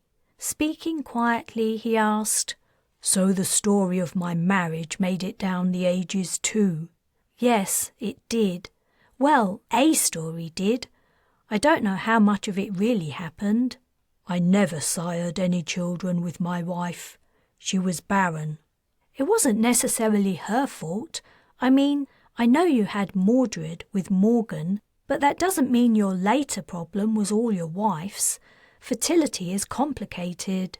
"Marriages are complicated too." She couldn't look at him, remembering the other parts of the story of Arthur, Guinevere, and Lancelot. Somehow she felt responsible for the actions of her supposed long-distant ancestor, as if it was up to her to explain why his best friend had an affair with his wife. Although it was all literally ancient history, to Arthur these were events of the recent past. The fact that even the bones of the people involved were dust now didn't matter. "I'm sorry about what happened," she said. He sighed. "So were they." After a while, he went on, "But what I told you before is correct. I'm certain of it. I admit I know little about human fertility, but I see the evidence of Merlin's spells in you, and his spells never failed. The passage of time was no impediment to him." "Maybe I just can't quite believe it. I grew up hearing stories about you two and other knights, but I never imagined I might become part of the story." She continued curiously, "Did Merlin used to cast spells on you too? I've seen you fight, and it's like you're another person." "Yes, I was besmirched with his magic just as much as you are." His reply brought her some reassurance. Twice he'd come close to killing her while in his fighting rage. "So now Merlin isn't around anymore, are you vulnerable to pulse fire?" "If you mean the lights fired by your weapons, I don't know. I have never been fired upon without Merlin present." She spared a moment from concentrating on driving to glance at him. Over the last couple of days, she had confirmed her first impression of him when he'd come to see her in prison. He definitely looked older. "And how do you feel? I mean, generally speaking." "You've noticed I'm aging too. I feel tired in body and soul. I think when Merlin dissolved and went away, he removed his protection from me." Cutting off his head probably annoyed him. Arthur chuckled. "Probably, but it felt good at the time." She drove on for another hour until her shoulder and arm muscles were cramped and sore. It was impossible to go 20 meters without encountering an object to be avoided, and though the vehicle's suspension provided a buffer between their backsides and the rocky ground, it didn't offer full protection. She drew to a halt. "Let's eat." While Arthur was finding selections different from last night's dinner, she broke out the drones. They weren't near their chosen search area yet, but it wouldn't hurt to practice with the surveillance devices. She'd seen them deployed while working as a Marine, but they'd never been her responsibility. When used in combat, their feeds were relayed to the relevant officer's HUD. For search and rescue purposes, The telemetry the drones captured was displayed on the vehicle's dash. Taylan picked 10 of the marble-sized drones from the box, activated them, and threw them into the air. Their default behavior was to spread themselves out, divide up the immediate area equally, and begin scanning it. As soon as they'd finished surveying the section, they would spread out farther. The process continued until they were recalled or ran out of juice. Survey drones were good for spotting enemy soldiers in broad daylight, until anti-drone devices took them out at least. But at night, the infrared dampening of combat armour made them less useful. Taylan slid into the driver's seat and turned on the interface. The computer had already begun compiling the drone's data into one bird's-eye image. The vehicle sat in the centre, surrounded by the harsh desert landscape she'd been seeing for the past day and a half. Detailed figures relating to ground temperature, air temperature, wind speed and other local conditions stood in a line in a corner of the screen, drawn from the drone's sensors. "These are to be eaten cold," said Arthur, passing her a package through her open window. When he took his seat, she closed both windows and turned on the aircon. The foil-covered packet he'd handed her was thick and square. She peeled it open, revealing a sandwich. She sniffed it. "Is something wrong?" Arthur asked. "These rations are good for—" She checked the date. 3 years. How can they make a sandwich last 3 years? "You're asking the wrong person. In my time, bread was eaten the day it was made." She took a bite. The meat filling wasn't identifiable, but it tasted better than last night's pasta, and that was good enough. One eye on the gradually widening image displayed on the interface, she asked, "What was it you were telling me about Major Wright and the BA's new starship?" Using the drones had reminded her of the Major. "I think I told you as much as I know, which is very little. The ship is to be called the Dauntless, and it will travel to other suns. I believe TJ is to go with it." "I wonder why." "Why what?" "Why the BA wants to leave the solar system. I know why Wright's going. He's following orders, the same as always." "I'm not sure. There was a man at the meetings who seemed to have some authority, though he wasn't military. A red-headed man I'd met before aboard the Gallant." "A red-headed man involved with an interstellar mission? Do you remember his name?" "I remember it was odd. Most people I meet, if they aren't a military officer, are introduced as Mr. or Ms., but he wasn't. I think his first name began with an L." "Was it Lorcan? Lorcan Uatalman?" "Yes, that's it. Do you know him?" "Everyone knows him. He's been building 3 colony ships for about 20 years. That makes a lot of sense.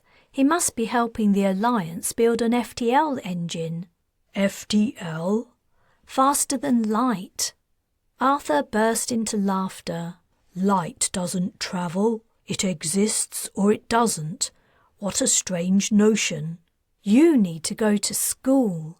Still laughing, he conceded, "Maybe I do." Taylan was pleased. He seemed happy. It was a big improvement from how he'd been when he'd walked into her prison cell just a few days ago. But then she felt a lot better too. She finished the last of her sandwich. "Let's go." It was time to recall the drones. She peered at the screen a final time to check she hadn't missed anything. They were still far from the intended search area, but it wouldn't hurt to look. The devices had covered about a square kilometre in the time they'd been eating, and their vehicle was now a dot in the dusty red wilderness on the screen. It wasn't possible to make out any detail at the current scale, so she halted the data input and segmented the image into squares before looking at each in turn. Red desert, patch of scrub, rock, hole, another rock, a rotting kangaroo carcass, a third rock, more desert, A fourth, Arthur, who had also been peering at the screen, touched her hand. Do you see it? His finger traced a line on the image. She bent closer and squinted. Still, she could see nothing except dry sand. It's a track, he said. Chapter 10. The sun was a furnace blazing against Taylan's back as she squatted in the dust. Now she was about 1/2 metre away from them, she could finally see the uniform lines in the soil Arthur had spotted so easily on the interface screen. The man seemed to have different eyes than hers, than most people, she guessed. Very faint, zigzagging tyre marks filled the gap between the two, marginally less faint, lines that formed the edges of the track. Arthur was wandering around, peering down. "What are you looking for?" she asked. "The other track." She straightened up. "You mean from other tyres?" "Yes. Vehicles have 4 wheels, so there should be 2 sets of tracks, but I can only see 1. She began to search the red dust too. The marks Arthur had identified ran through a thin layer of soil on hard, flat rock. Everywhere else the rock was harder and the soil sparser, and a hot, gusty wind was blowing, which could have simply blown away all other evidence of a vehicle passing this way. "Can you tell how old this one is?" she asked. "When was the last time it rained?" "I'd have to check, but I'd guess it hasn't rained out here in weeks."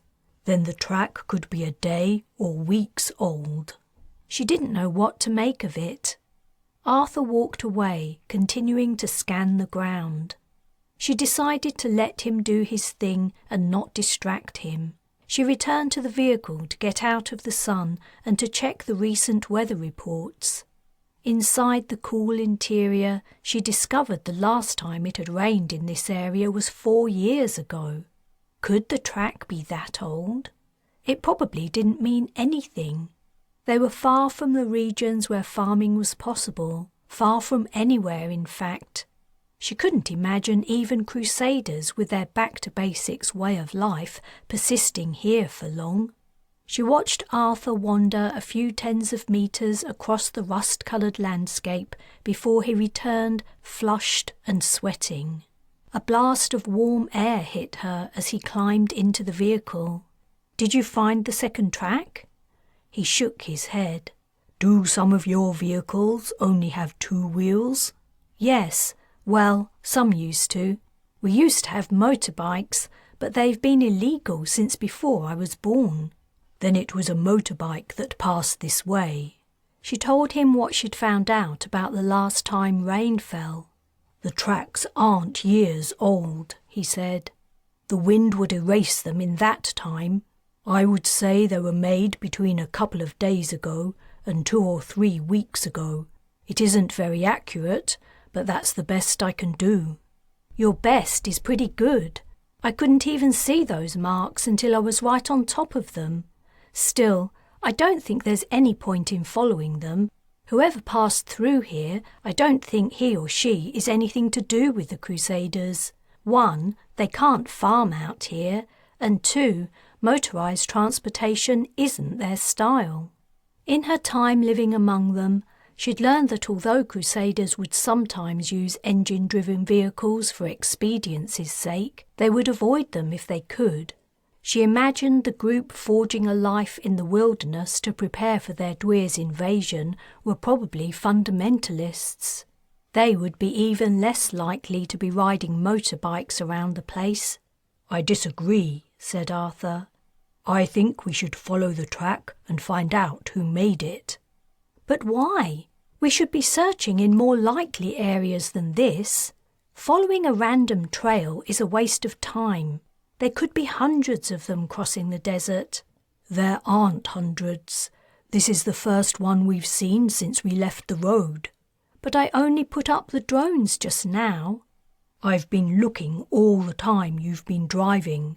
This is the first sign of another human being we've encountered."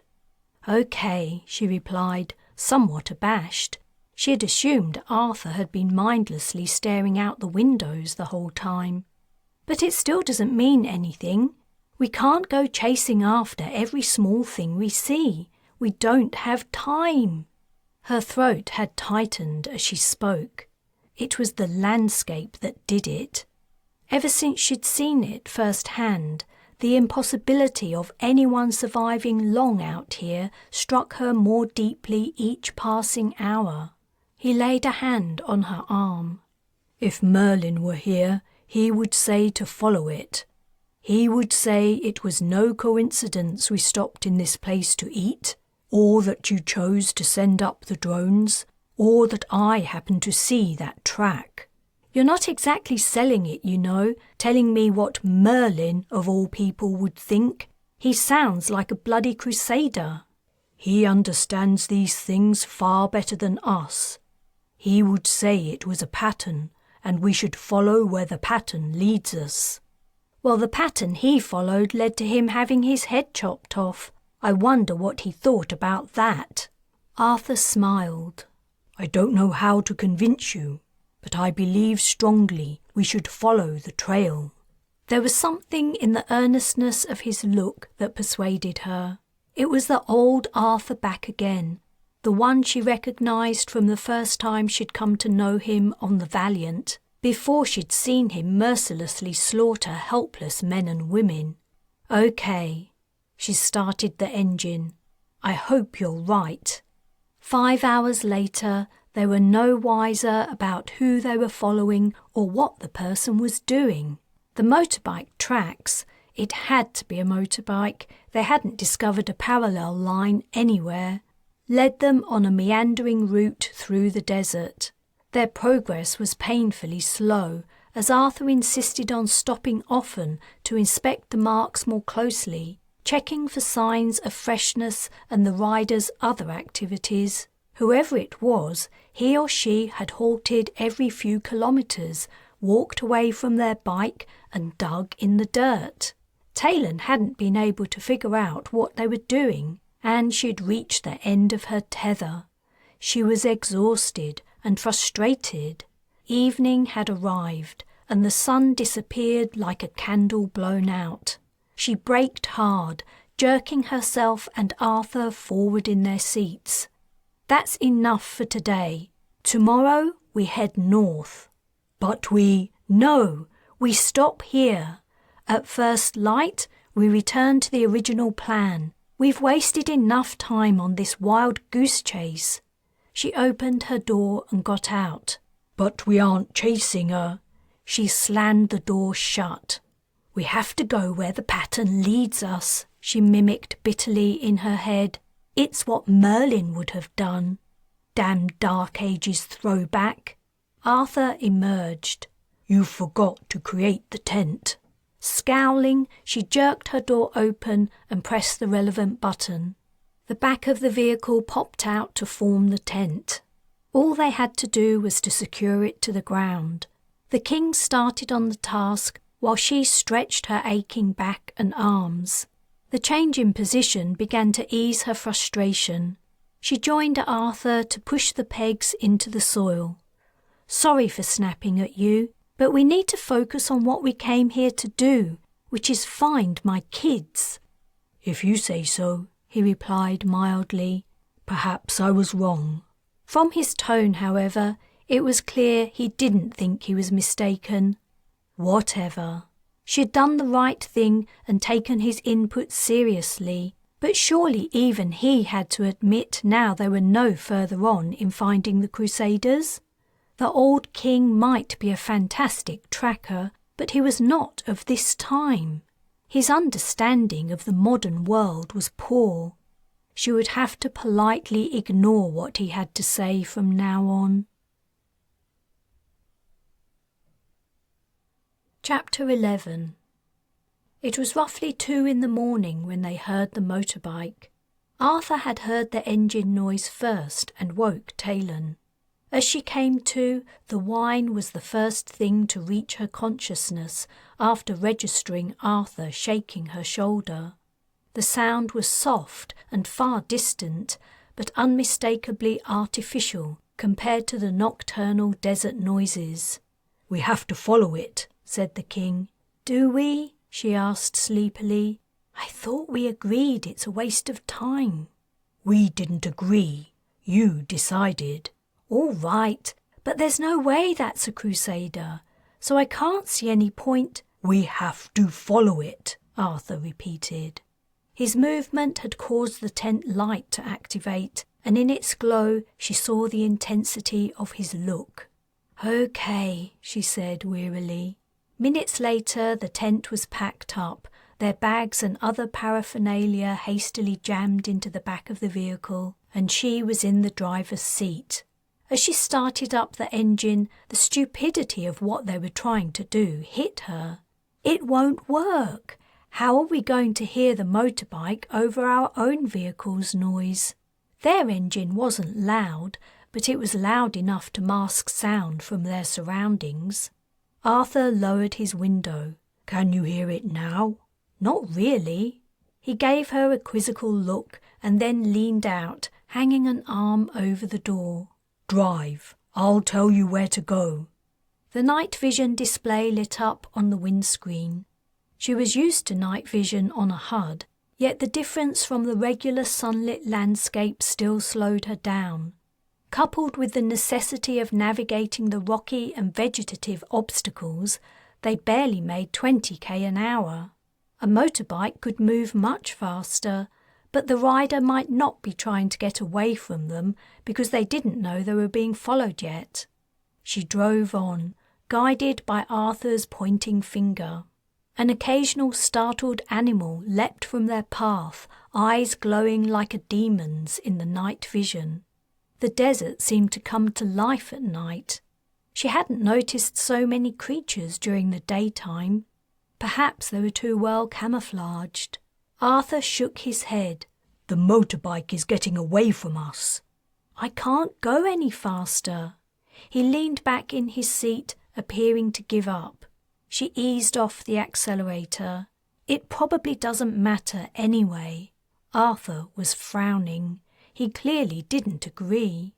"Look," she said, "if that motorbike rider is part of the pattern, as you say, us catching up to him should be part of the pattern too, shouldn't it? It doesn't make any sense otherwise." She braked to a stop and turned off the engine. The night vision disappeared, and Arthur suddenly sat upright. "There he is!" In the distance, a faint beam of light moved at ground level in the darkness. A headlight. "Yeah," said Taylan, tired and irritated. "But—" "Drive that way," said Arthur, pointing again. She could see what he meant. If they went in the new direction, they would cut the motorbike off.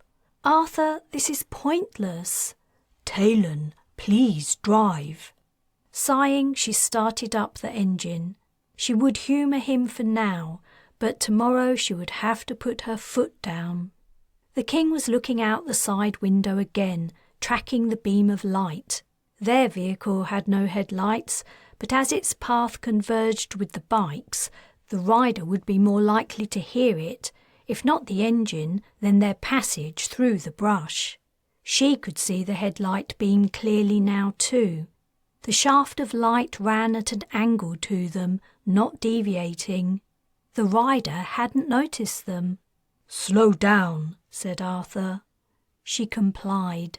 How come their quarry hadn't noticed the large search and rescue vehicle only 50 or so meters away? She guessed meeting another vehicle in the desert had to be the last thing on the rider's mind. She drove slowly forward, no longer needing the king's guidance on blocking the motorcycle's path. If she did manage it, she hoped the rider didn't get hurt in the collision. Another few meters and the headlight was shining directly into their side windows. Surely they were obvious now.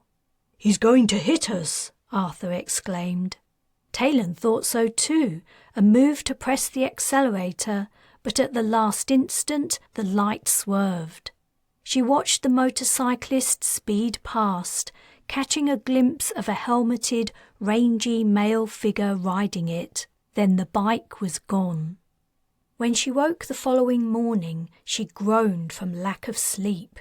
Determined not to pay attention to Arthur's uninformed suggestions any more, she didn't speak to him as she dug out some breakfast for them. After they'd given up the chase and set up camp, he hadn't mentioned anything about the night's escapade, and he didn't after they woke up. He seemed unembarrassed and unfazed. She fully expected him to go out and begin tracking the mysterious motorbike again. They ate in silence. She chewed her cereal bar sourly. A part of her knew her mood was also due to her fear and worry over Patrin and Kayla. It was easier to be angry at her friend than it was to contemplate what might have happened to her kids. But another part of her was genuinely pissed off at the ancient king, who seemed to be intent on gallivanting around the desert rather than getting down to the real and hard work of tracking down the Crusaders. "Finished?" she asked, standing and holding out her hand for his wrappers. He handed them over and she stuffed them in the garbage bag. She checked the condenser. It had filled only halfway overnight. She emptied the water into their main container. "Ready?" she asked. The king nodded in answer and unfastened the tent door. She followed him into the sunlight, searingly bright after the darkness of the tent. "Just to be clear," she said, "we're back to our original plan today, right?" "The original plan?" "Yes," she said patiently. "We're driving the rest of the way to the borderlands, remember?" "You don't want to find the motorbike rider?" "No. As we discovered last night, it's hopeless trying to catch him. His vehicle is faster and more maneuverable than ours in this terrain, and it's obvious he doesn't want to meet us, or he would have stopped when he nearly ran into us." "We must have surprised him, suddenly appearing in his path." "He still could have stopped, but he didn't. We can't catch him if he doesn't want to be caught, and even if we could, there's absolutely no guarantee he can help us anyway." "If you say so, only—" "I do say so. I'm glad we're on the same page. Help me pack up the tent and we'll leave right away. If we make good time, we might reach our destination tonight." Ignoring what she'd said, the king continued, "Only my guess is there's a good chance our motorbike rider is over there." He indicated a distant clump of trees with a nod. "What?" she asked. "Where?" She shaded her eyes with her hand and squinted at the trees, which stood a few 100 meters distant. She couldn't see anything resembling a motorbike. "What makes you think he's there?" "He needs water. He won't be able to carry very much on his bike, and he doesn't have room for the machine that creates it from the air. If I were him, I would have camped there overnight." "But how do you know that place has water?" She hadn't noticed him studying their map. She wasn't even sure he could read it properly. He frowned at her. "Can't you see those trees are taller and stronger and different from all the others around us? Really, Taylan, sometimes it's like you're blind as well as deaf." Chapter 12. "What are you doing?" Taylan asked. Arthur was rummaging around in the back of their vehicle. They were going to approach the clump of trees he'd spotted on foot. If they drove over there, the noise of their engine might spook the motorcyclist, and, as they'd discovered last night, once he was on his bike, they would never catch him. Arthur was on his tiptoes, his upper half hidden among their stacked equipment and supplies. When he emerged, grinning, he was holding his sword in his scabbard. "No!" she exclaimed. "No way! We were talking about not frightening him. How do you think he's going to react if he sees you waving that around?" "But he might be dangerous." "Papadopoulos gave us both sidearms. We can use those if we have to." I'm not comfortable with your weapons." This was true. They'd done a little target practice, but Arthur's aim was wild. When she'd suggested imagining the pulse round was an arrow, he'd been better, but he clearly wasn't comfortable firing a gun. "That can't be helped," she said. "Don't worry, it's only one guy. If he gets jumpy, I can deal with him." "But Excalibur goes everywhere with me." "Arthur, please, trust me on this. I trusted you and followed the pattern you claimed to see, didn't I?" Giving her a sulky glance, he wordlessly slid the sword back among their belongings. "We need hats," she said. "Can you get them out?" The sun was already warming the air as they walked toward the trees. Reddish-brown earth dotted with dusty green scrub spread out to the encircling horizon and cobalt sky. The trees they were heading for were taller and greener than the rest of the vegetation, she realized as she studied them more closely. Why had it taken Arthur pointing them out for her to notice? As they neared the clump, the king began throwing her annoyed looks. After the third or fourth glance, he put a hand on her shoulder and whispered, "Tread more softly. You sound like a stallion after a mare in heat." She quietened her footsteps as well as she could, but she could tell from Arthur's expression he wasn't satisfied. Eventually, his broad hand came down on her shoulder again. "Wait here," he said quietly. "I will catch him." "Okay, but don't hurt him." There was no reason to believe the man roaming the outback on his motorbike had anything to do with the Crusader traffickers. She hadn't been able to figure out what the hell he was doing out here while apparently aimlessly wandering the desert, stopping every so often to dig in the dirt, but it wasn't necessarily anything illegal. She waited, hands on hips, as Arthur closed the remaining distance alone. He entered the trees where they grew most thickly. The main group stood 50 to 60 meters wide. The line petered out to the west, stretching another 100 meters or so. The water supplying the trees' roots had to flow along the line until it dried out or ran too deep for the roots to reach.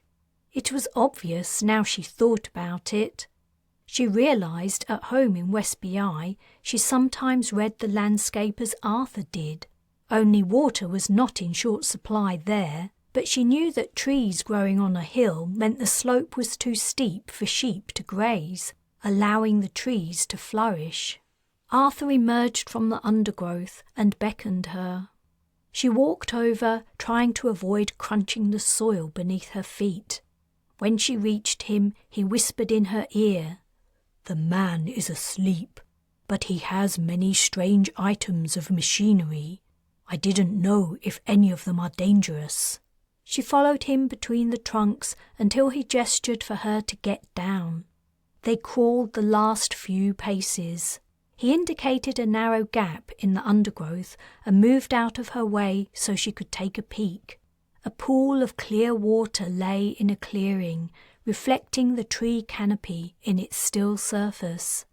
The motorbike was the second thing she noticed. An old model, of course. To her knowledge, no company had produced motorbikes for decades. This machine showed its age, thick with scratches and dust, the seat squashed and frayed. But despite its aged state, their experience had shown it was a better vehicle for getting around in the outback than their bulky four-wheel drive. What was more perplexing was the array of machinery that had set Arthur on edge. She only recognized one item. A solar sheet for charging the bike's battery lay in a patch of sunlight. The three other pieces of equipment were unfamiliar. Metal boxes with interface displays on the outside, yet they didn't look dangerous. She was about to whisper her assessment to Arthur when the sleeping man began to stir. He was lying on his back, his head hidden behind one of his bike's wheels. She drew back into the shadow of the low vegetation. Now was the time to grab the man before he was out of his sleeping bag and better able to move around. "I think it's safe," she mouthed to Arthur. He nodded. She pointed at his chest and then to a spot on the opposite side of their quarry. Arthur set off for the place she'd indicated. He would approach the man from the other side of the clearing after moving through the undergrowth more quietly than she could manage. The legs in the sleeping bag moved again. Damn, the man was waking up. The sound of a zipper being drawn broke the hush. Where was Arthur? Was he in position? She couldn't comm him without her voice giving them away. The Marine's military comm implant suddenly made a whole lot of sense. She caught sight of movement in the undergrowth where she'd sent Arthur. Here goes nothing. She rose to her feet, took her beamer from its holster and stepped into the open. She could see over the bike now, and she found herself staring into the startled eyes of an Aboriginal man. She said, "I don't want to." He leapt from the sleeping bag. He had a gun and was pointing it at her. "I didn't mean to scare you," she said, wondering where Arthur had got to. "I'm not scared," the man replied. "That was you tried to make me crash last night, right? Get out of here." "I'm looking for—" "You've got 5 seconds to leave." "Let me explain." 4, 3. Arthur's broad, tall frame broke through the vegetation on the other side of the small clearing. The man swiveled toward the king. It was the distraction she needed. She raced out. As the man began to swing back to her, she threw herself on him and grappled him around the waist. They hit the dirt together. Her opponent was lithe and strong, but she soon had him on his front, his arm behind his back. Arthur stood over them, nodding approvingly. "Now you can tell us where the children are." Chapter 13. He wasn't a man, he was a kid, Taylan realised as she turned him over. When he'd been pointing a gun at her, he'd looked older, but now she could see he was only in his mid to late teens. Arthur picked up the boy's weapon while he kept his own trained on him. "If you promise not to try to escape," she said, "I won't tie you up. We just want to ask some questions." "I promise," the boy said quickly. She released her hold on him. Instantly he leapt up. He ran 5 paces before she had him on his front in the dirt again. "That was stupid," she said. "Arthur could have shot you." In truth, he wouldn't have fired with her so near the boy, and if he had, he probably would have missed. "I really don't want to hurt you," she went on. "Then get your knee off my back," the boy retorted, his grimacing face turned to one side. "I only want to talk to you about some missing children." The boy remained silent at first, then he said, "So what's with this surprise dawn attack and the guns?" "Fair questions. We couldn't take the risk you would leave on your motorbike. What's your name?" "None of your business." "Well, I'm Taylan, and this is Arthur." The boy spat dirt and answered, "Pleased to make your acquaintances. Now can you get off me? I won't run this time." She let go of his wrist and stood up. The boy turned over and, wiping soil from the side of his face, moved to a sitting position. "Can I get a drink?" "Sure." He stepped to his motorbike and filled a small cup of water from a canister on the side. After taking a sip, he swilled the water around his mouth and spat into the bushes. Then he drank the remainder.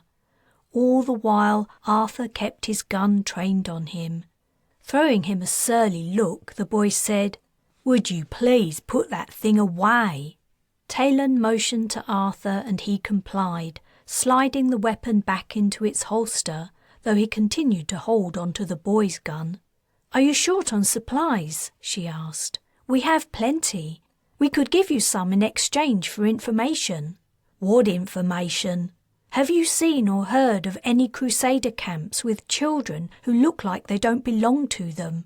Crusaders? Here in Oz? Let me think. Sit down, you're making me nervous. They sat on the dry dirt away from the pool's edge. She crossed her legs and Arthur squatted on his haunches.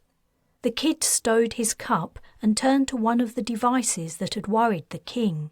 He picked up the black box in one hand and lifted the flap of one of his bike's panniers with the other, about to stash the device inside it. The device caught on the flap and overturned. Transparent tubes full of dirt spilled out. The boy cursed and placed the equipment on the ground before gathering the dirt-filled tubes. They were stoppered, so none had lost their contents. He began to replace them in their slots. "What is that?" asked Taylan. The box that had held the tubes couldn't be for storage. The slots only comprised a fifth of the structure. On the top was an interface screen with dials running down one edge. "Never mind," the boy muttered. "What are you doing out here?" she persisted. "We followed your trail all day yesterday. You've been zigzagging across the desert like a drunken spider. So you were digging in the dirt to take soil samples? Damn, you guys ask a lot of questions. Why do you care what I'm doing?" "I'm just curious. You led us quite a chase. Does that box analyze the samples?" He scowled at her. She held up her hands. "Sorry." He settled down on top of his sleeping bag. "What makes you think there are Crusaders around here?" "Not here exactly," replied Taylan. "Northeast, nearer the arable land." "There's not much in the way of farming country up there anymore. What was it you said about missing kids?" "We have it on good authority that Crusaders have been trafficking children into the country, probably ahead of a planned invasion. But nobody knows where they've been keeping them, except it's likely to be somewhere remote in the north." "Everywhere in the north is remote. You think your kids are with them, right?" His frank gaze pierced her. She looked down. "It's obvious, isn't it? Yes, I hope my kids are with them." When she looked up, his expression wasn't as harsh. "We were expecting a Crusader invasion after the BI fell. Word is it won't be happening now. I really doubt it." "You're from the BI, aren't you? I can tell by your accent. But you," he turned to Arthur, "I can't tell where you're from." "I'm from a long time ago," said the king. The boy looked confused. They were getting off track. She felt he was deliberately avoiding answering her questions, but maybe he was only delaying to give himself time to think. She decided to give him a little push. "Are you testing for minerals?" "Huh? No." He might as well have answered, "Yes, absolutely." "Let me guess," she continued. "You're working for one of Talman's mining companies." It was a guess, but an educated one. It explained everything: the soil samples, the boy's cagey attitude, and the fact that he hadn't stopped last night after nearly running into their vehicle. Australia wasn't a dangerous place, aside from the wildlife. Meeting strangers in the outback shouldn't have been scary, but most types of mining were banned. "No way," the boy protested. "I would never do anything illegal." He gave a look of righteous outrage so exaggerated and utterly unconvincing, Taylan and Arthur burst out laughing. When she had recovered, she wiped her eyes and said, "We don't care what you're doing, but you should know all those unlicensed mining operations are being closed down. Talman's winding them up. He's mining asteroids from now on." "What? Shit!" "I thought you said you weren't involved with him," Arthur asked dryly. "I'm not. Only... shit!"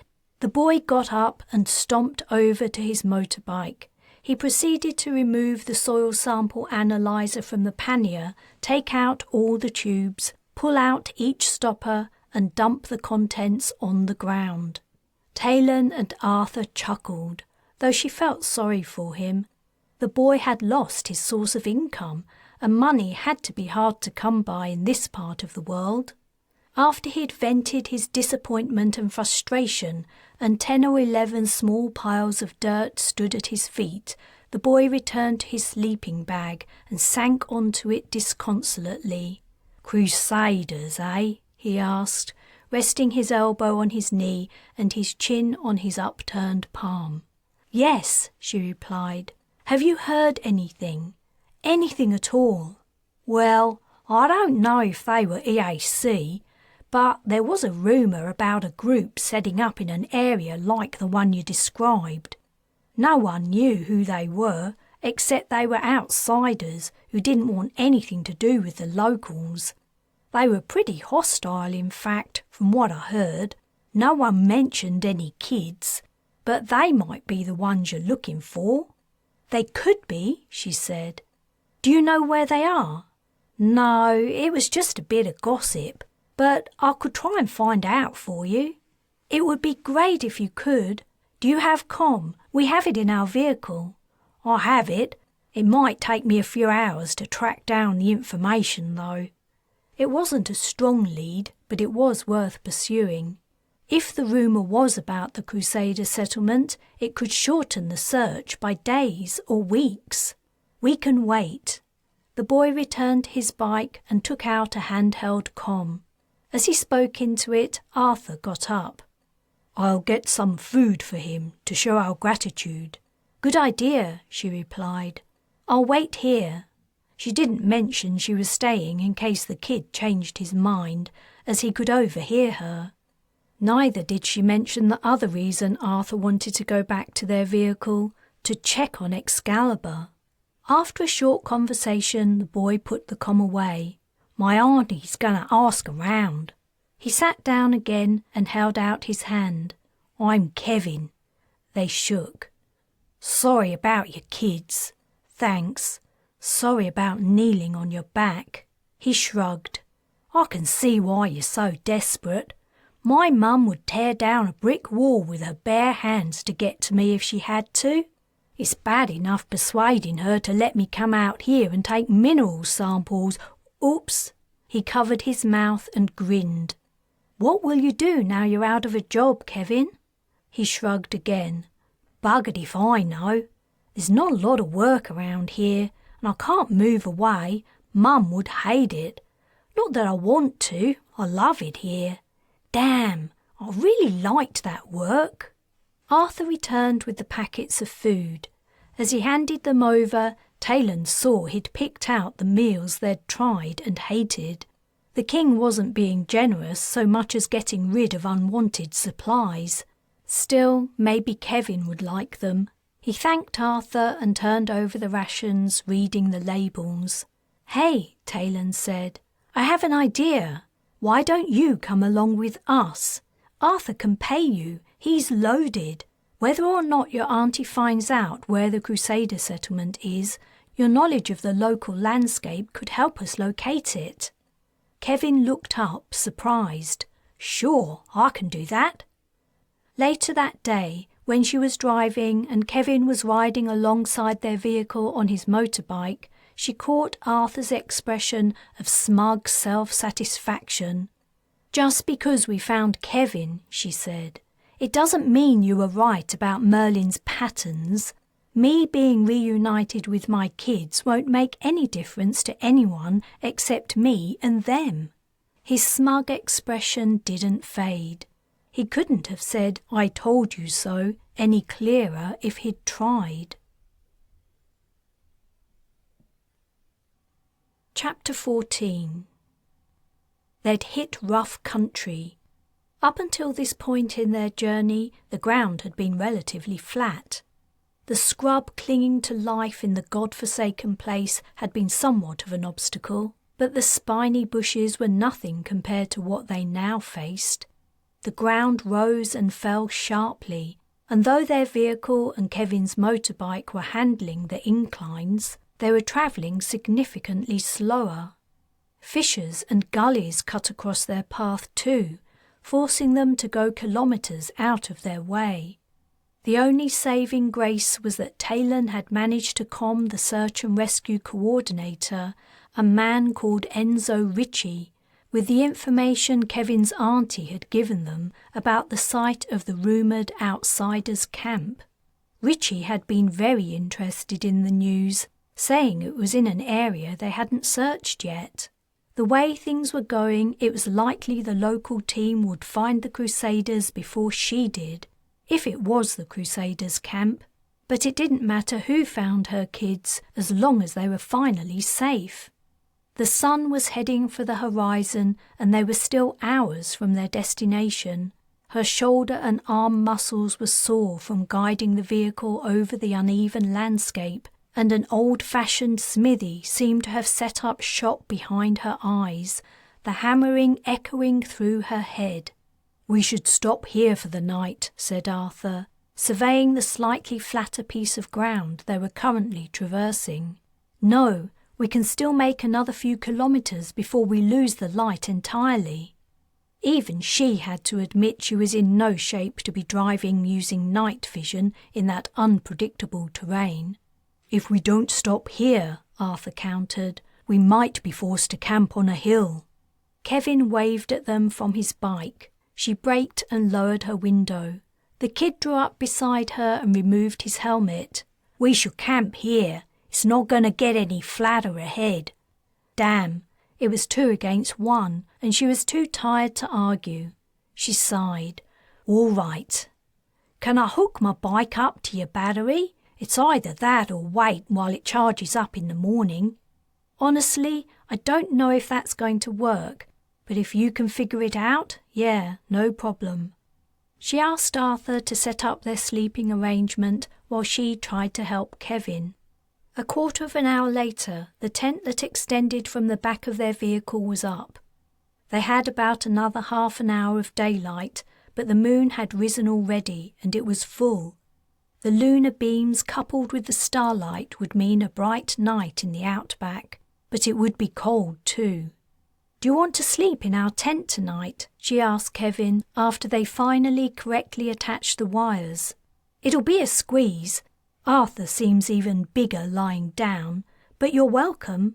"Nah, I prefer sleeping out in the open. That's another reason I like that soil sampling job.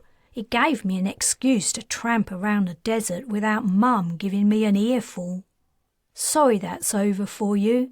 Maybe you can find something else to do." "Yeah, maybe," he replied, though he didn't sound hopeful. Arthur emerged from the tent.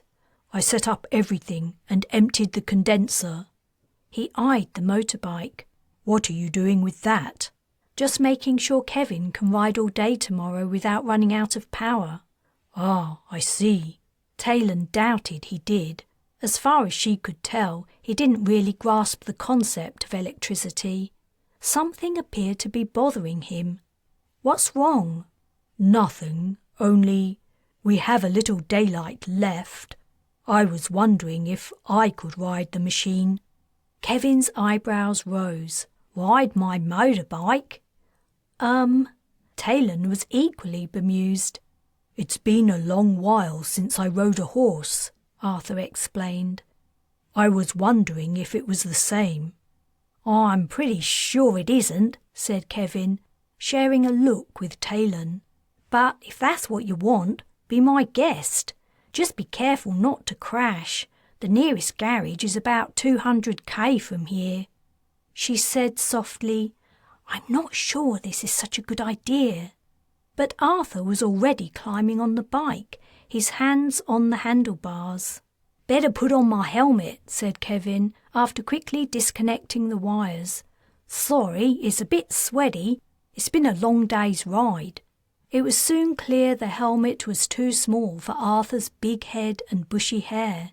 He would have to go without, which made Taylan even less certain this was a good idea. Kevin explained how to accelerate, brake, and change gears. He didn't say anything about turning the bike, but she guessed the principle was the same as turning a horse's head. Arthur would figure that out by himself. The king was nodding as if he understood, but how could he? Even she would struggle with changing gears. Every vehicle she'd ever been in had changed gears automatically. The bike was from another time altogether. But then again, so was Arthur. Kevin finished giving his instructions and stepped back. "Take it slow, Arthur," she advised. Not only were they days from a garage, they were also days from the nearest hospital. What would the BA say if their precious king got hurt while in her company? "Don't worry," he replied. "I won't be trying any gallops." Kevin shared another look with Taylan. Arthur retracted the kickstand and started up the bike. She put her hands to her cheeks, anticipating a disaster. The king put the bike in gear and gently twisted the throttle while also lifting his feet onto the pegs. The motorbike lurched forward. She covered her eyes and peeked between her fingers. He wobbled forward a few meters, but then had to turn to avoid a bush. The bike swerved hard and overbalanced, though Arthur managed to stay upright. He straightened up the bike and tried again. "You know," Kevin remarked as the king rode slowly on, "he's not doing too badly for a first try." She couldn't help agreeing. The kid didn't know who Arthur was. She hadn't mentioned anything about him, and Kevin hadn't asked. He clearly assumed the king was just a friend helping her to find her children. He didn't realize exactly how remarkable it was that a man from the Dark Ages had taken to motorbike riding with ease. She removed her hands from her face. Arthur was wobbling around their campsite slowly, but he hadn't been forced to stop again. As she watched, he became a little more confident, speeding up and expanding the area he covered. Soon he was zooming along, the wind in his hair. Smiling, she watched him. The setting sun and encroaching darkness seemed to signal to Arthur it was time to stop. He rode the bike back. He wore a goofy grin as he braked and turned off the engine. She remembered the sad, depressed man who had come to see her in prison. What a transformation he'd undergone. She was glad she'd agreed to him joining her in her search, and that Hans Jonter had fixed things so he didn't cause a diplomatic incident. "You did great," said Kevin. "Thank you. It was very enjoyable. I'd like to ride your machine again another time." "Riding over the kind of ground we covered today is a bit different from riding on the flat." "I'll hook it up to our cell again," said Taylan. When she was finished, they each got themselves something to eat and sat on a blanket Arthur had retrieved from the vehicle. She pulled the tab on her ration packet and waited for the contents to heat up. The red desert had turned monochrome, and the stars were coming out, thick and bright. The pale disk of the moon hung over their heads, and the air was turning cool and fresh. She could see why Kevin preferred sleeping outside at night. The boy dug into the contents of his meal pack with a spoon. He was eating one of the meals Arthur had given him this morning. As he put the full spoon in his mouth, his nose instantly wrinkled. "You guys gave me the shit food, right?" Chapter 15. They had driven all morning and then stopped briefly for lunch when the news came. Arthur was having another go on Kevin's motorbike while Kevin sat in the passenger seat eating a sandwich. The windows were down and Taylan had noticed a change in the air. For most of their journey it had been arid, sucking the sweat from her skin. Now it held a tinge of moisture. They were nearing the borderlands where crops could be teased from the soil. The comm console bleeped twice. Someone was trying to get in contact. Her heart lifted when she saw the name of the caller. "Any news?" she asked Enzo Ricci as soon as his face appeared on the screen. "Goodish news. We found a camp. Great! But it's been abandoned. Whoever made it is long gone. From what we can tell, it was pretty big. At least 100 or so people lived here. But it looks like they upped sticks several days ago. I'm sorry, I know it isn't exactly what you want to hear, but we're working on it.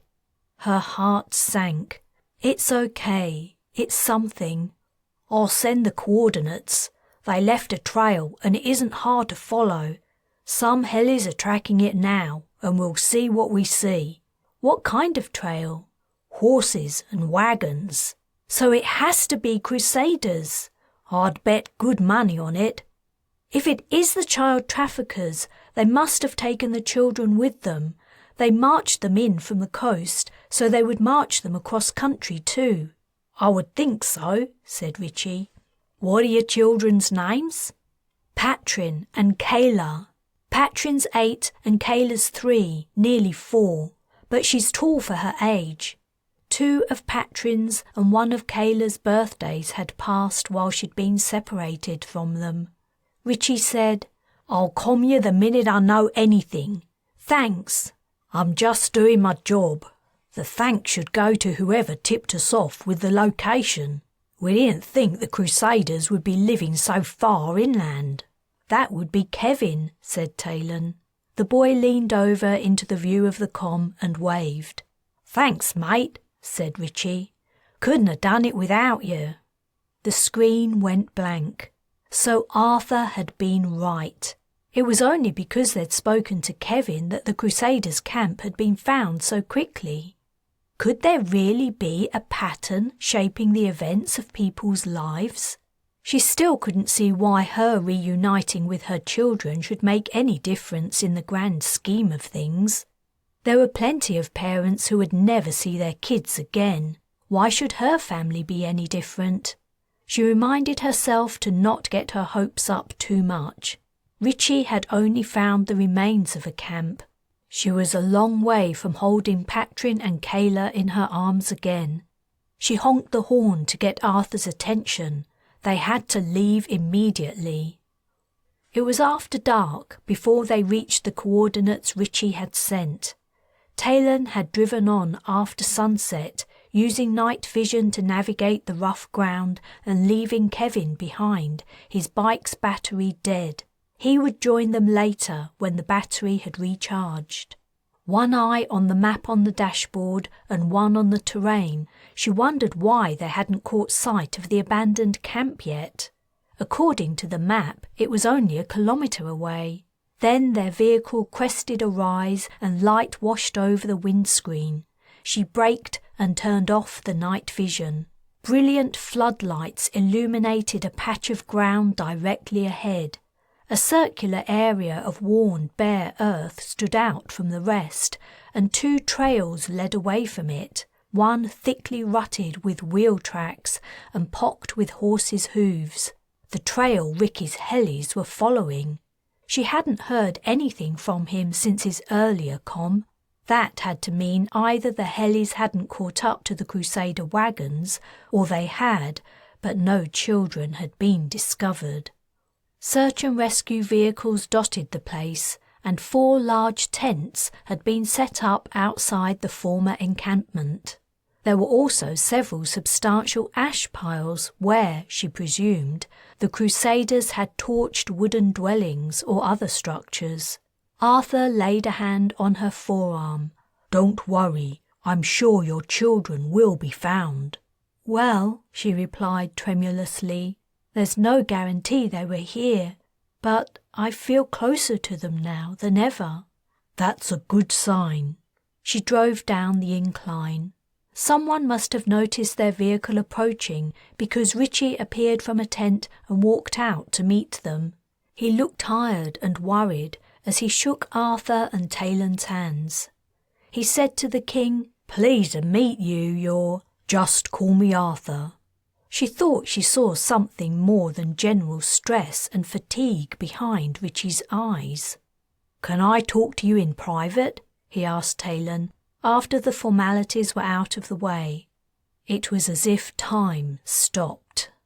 What? She asked, though she'd heard him perfectly well. I'll take a look around, Arthur said. He patted Taylan's shoulder before leaving. Richie's expression grew more solemn. We found some children.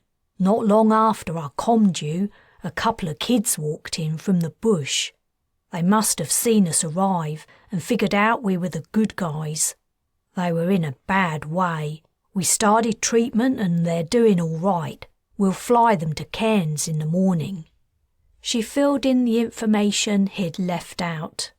They're not my kids. He shook his head. They're twin girls, about 5 years old. We couldn't get a lot out of them, but they seem to think the Crusaders didn't take the smaller children with them. Okay. She didn't know what to make of what he was saying. The Crusaders had brought children here, and that meant they could have brought her kids here. But if the little girls had been alone when the rescuers arrived, they must have been abandoned.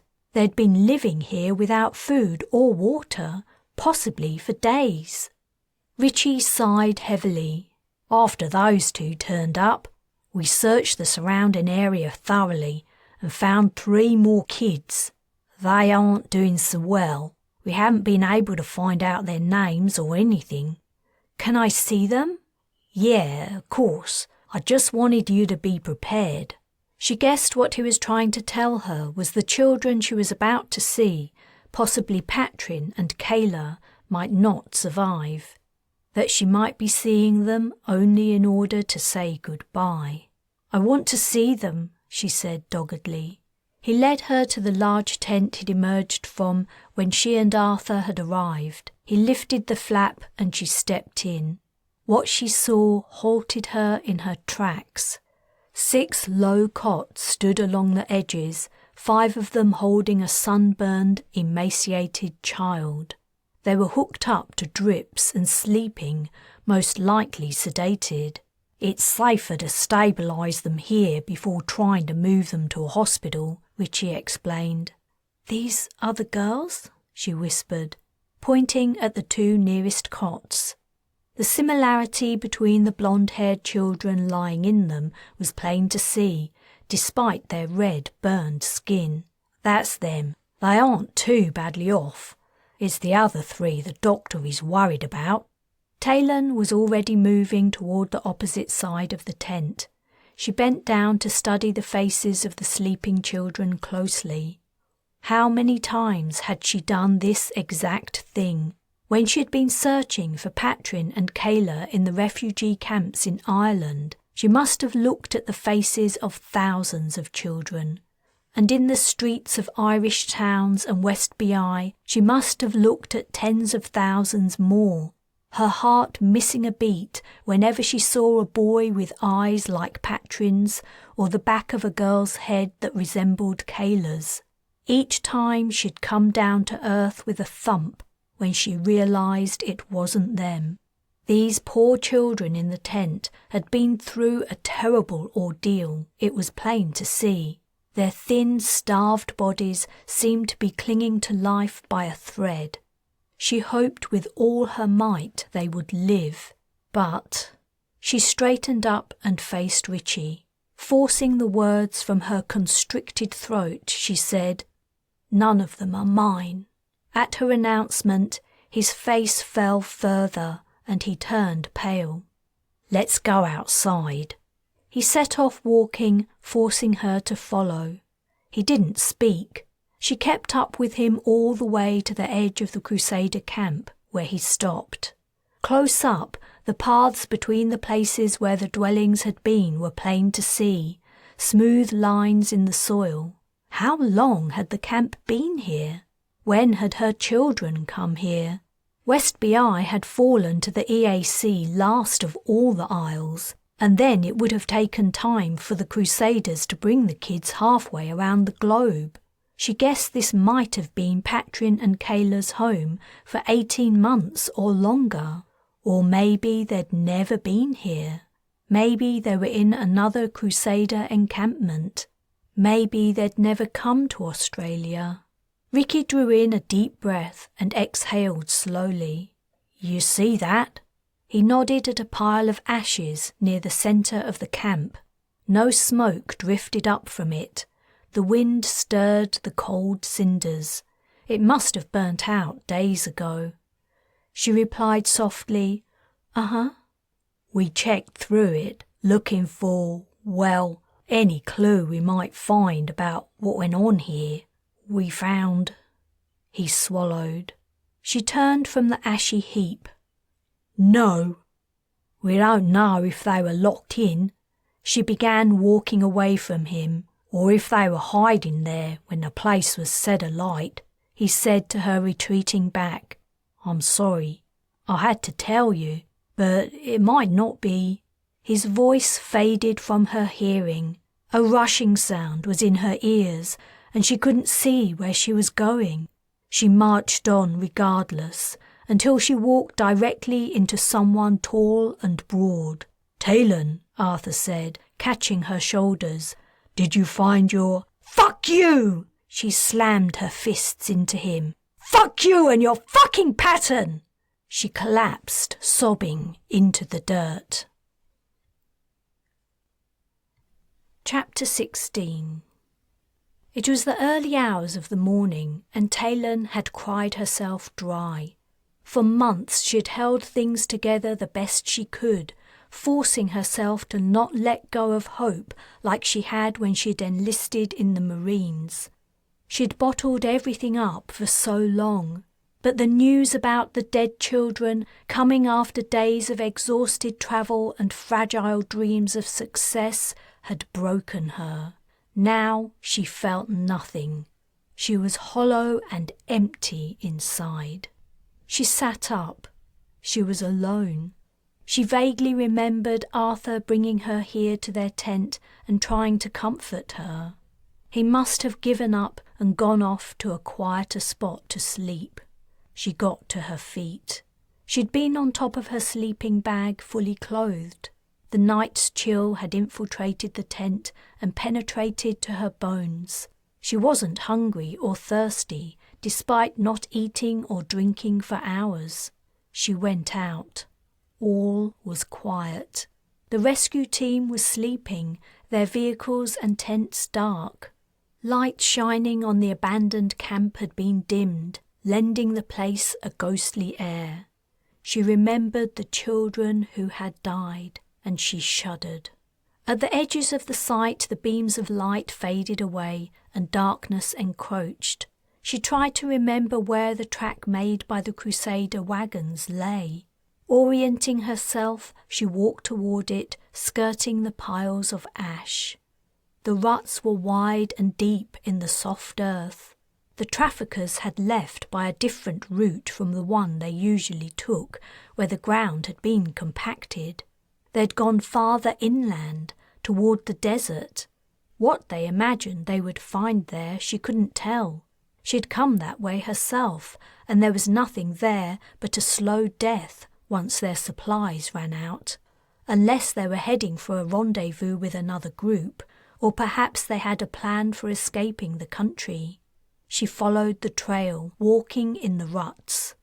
Angular shapes seemed to loom up on her left, startling her. 3 helis sat on a flat, empty area of ground. They'd returned from their mission to follow the Crusaders' trail. Had they found the wagons? The cockpits were empty. She walked on. Only moonlight and starlight, shining out briefly from between scudding clouds, guided her. Yet the trail was easy to navigate, its lines deeper shades than the surrounding shadow. Had Patrin and Kayla come this way? It seemed unlikely. If they'd managed to escape as the Crusaders left, why would they have followed their captors? It would have made more sense to take their chances in the surrounding scrub like the other children had. But Richie's searchers hadn't found any more kids. Her mind turning numb, she walked. Slowly the clouds dispersed and the moonlight shone down strongly, turning the red earth silvery white. The noises of nocturnal animals broke the night quiet. Cries, calls, and the rustle of bodies moving through the bush. Hours passed. She became aware her leg muscles were aching. Thirst had gradually wormed its way into her consciousness. She halted, becoming more aware of her surroundings. Turning, she looked back. How far had she come? The sky in the east was lightening, and a rosy tinge softened the horizon. She had no water, no comm, and she hadn't told anyone where she was going. She didn't even have a hat. The sun would be up soon, and its rays would be brutal. She should go back. But the thought of returning to the place where Patrin and Kayla might have lived made her want to vomit. Were her children's bodies among those found in the ashes? Had they died there, terrified out of their minds? If that was so, she didn't want to know. It was better to not know. She wouldn't go back. She couldn't. She walked on. The ruts the wagons had worn in the rusty earth sharpened in the brightening daylight. Between them were the regular pockmarks of iron-shod horses' hooves. Patrin had always had a thing about horses. He'd loved them, and she'd been saving up to get him riding lessons. I'm thinking about him in the past tense. A painful lump formed in her throat, and tears swelled in her dry, itchy eyes. If Patrin and Kayla were gone, there was no point in carrying on. A sensation of warmth spread over her back. The sun was coming up. Still she walked. Her thirst was unbearable. Though she continued to think about her kids, she began to scan the landscape almost unconsciously as her body sought water.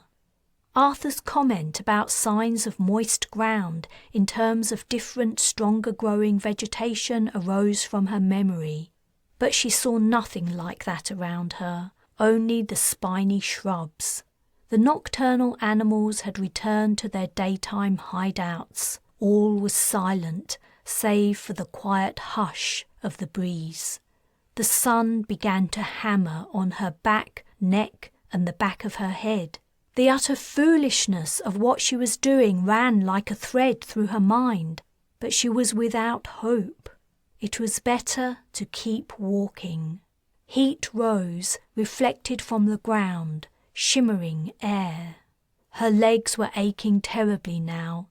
Her tongue was thick in her mouth, and a painful band had tightened around her head. Breathing in the dusty atmosphere took effort.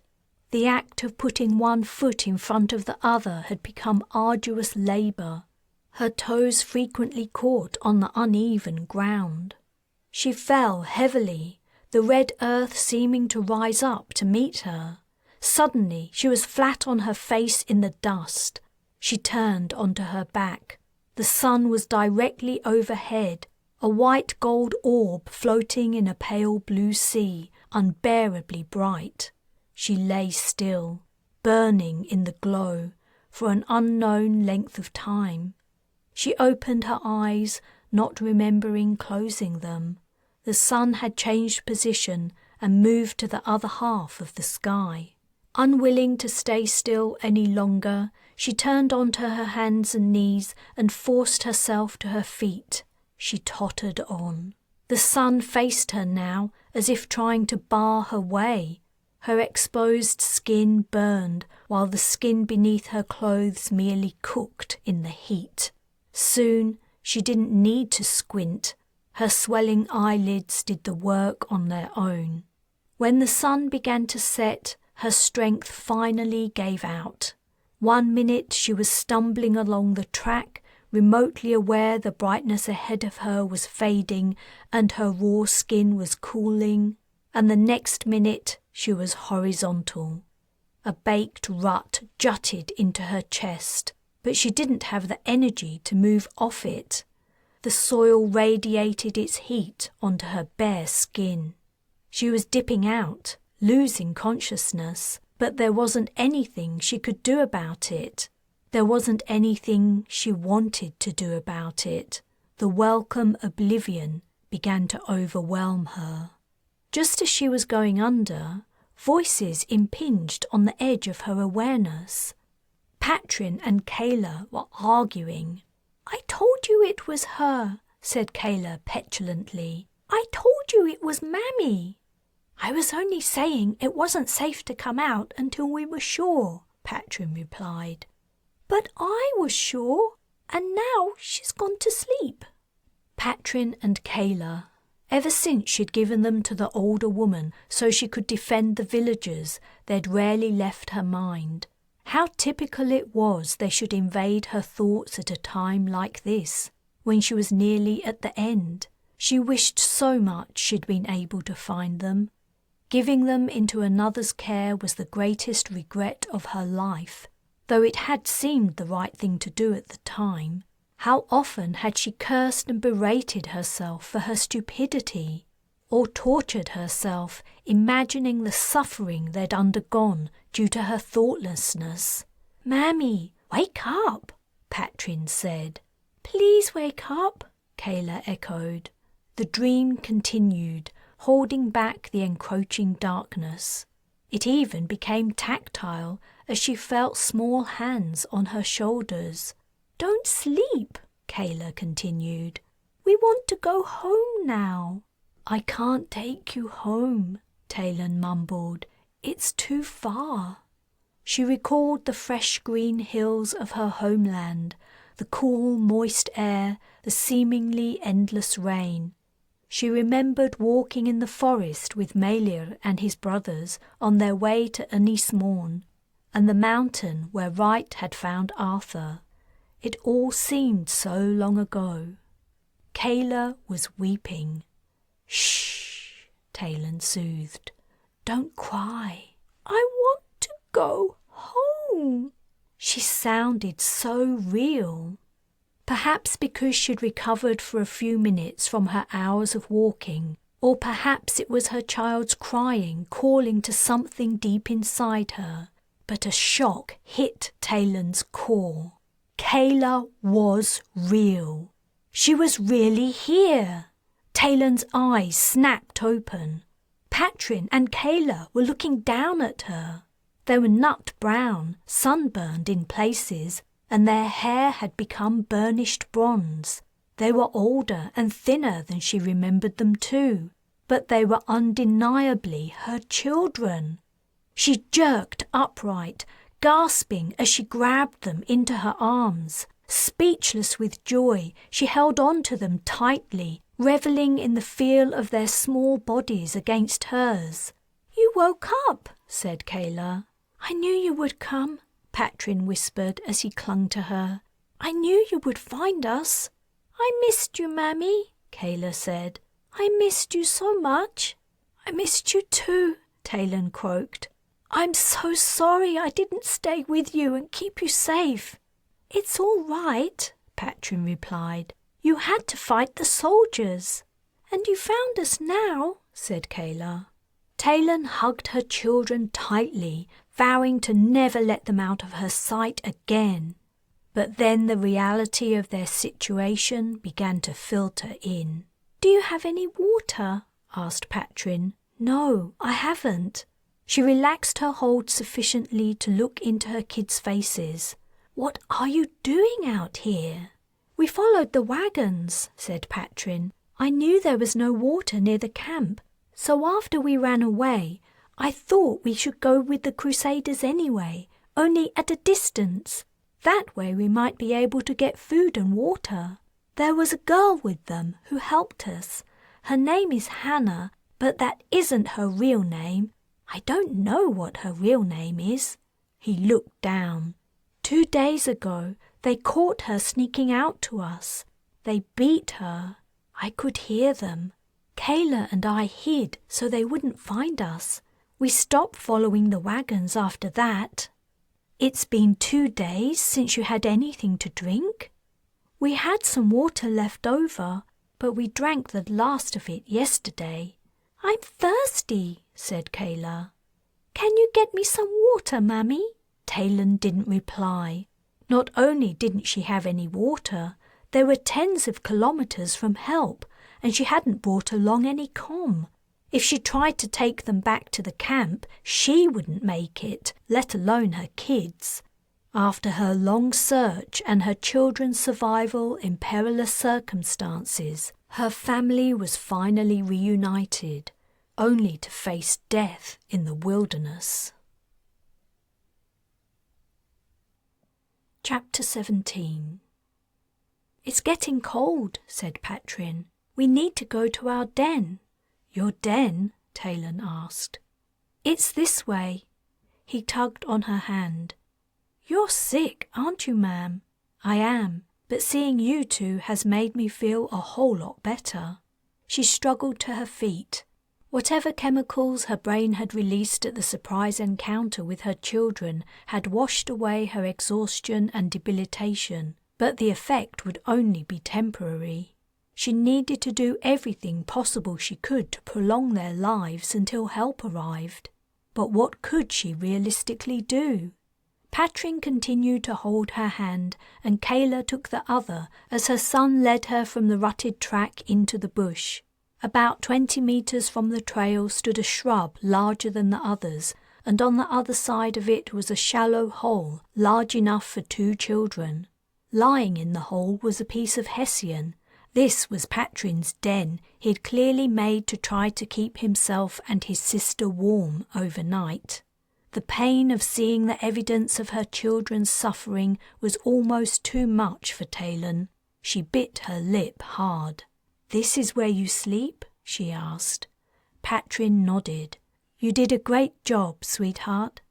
"But you're too big to fit," said Kayla. "We have to dig a bigger hole." "But the sack's still too small for all of us," said Patrin, his voice wobbling. "Don't worry," Taylan said. "We'll figure it out." Kayla asked, "Can't we go to your friends? Your friends will have water." "My friends are very far away." "Oh, but they'll be looking for me, and when they find me, they'll find you too." She believed this was probably true.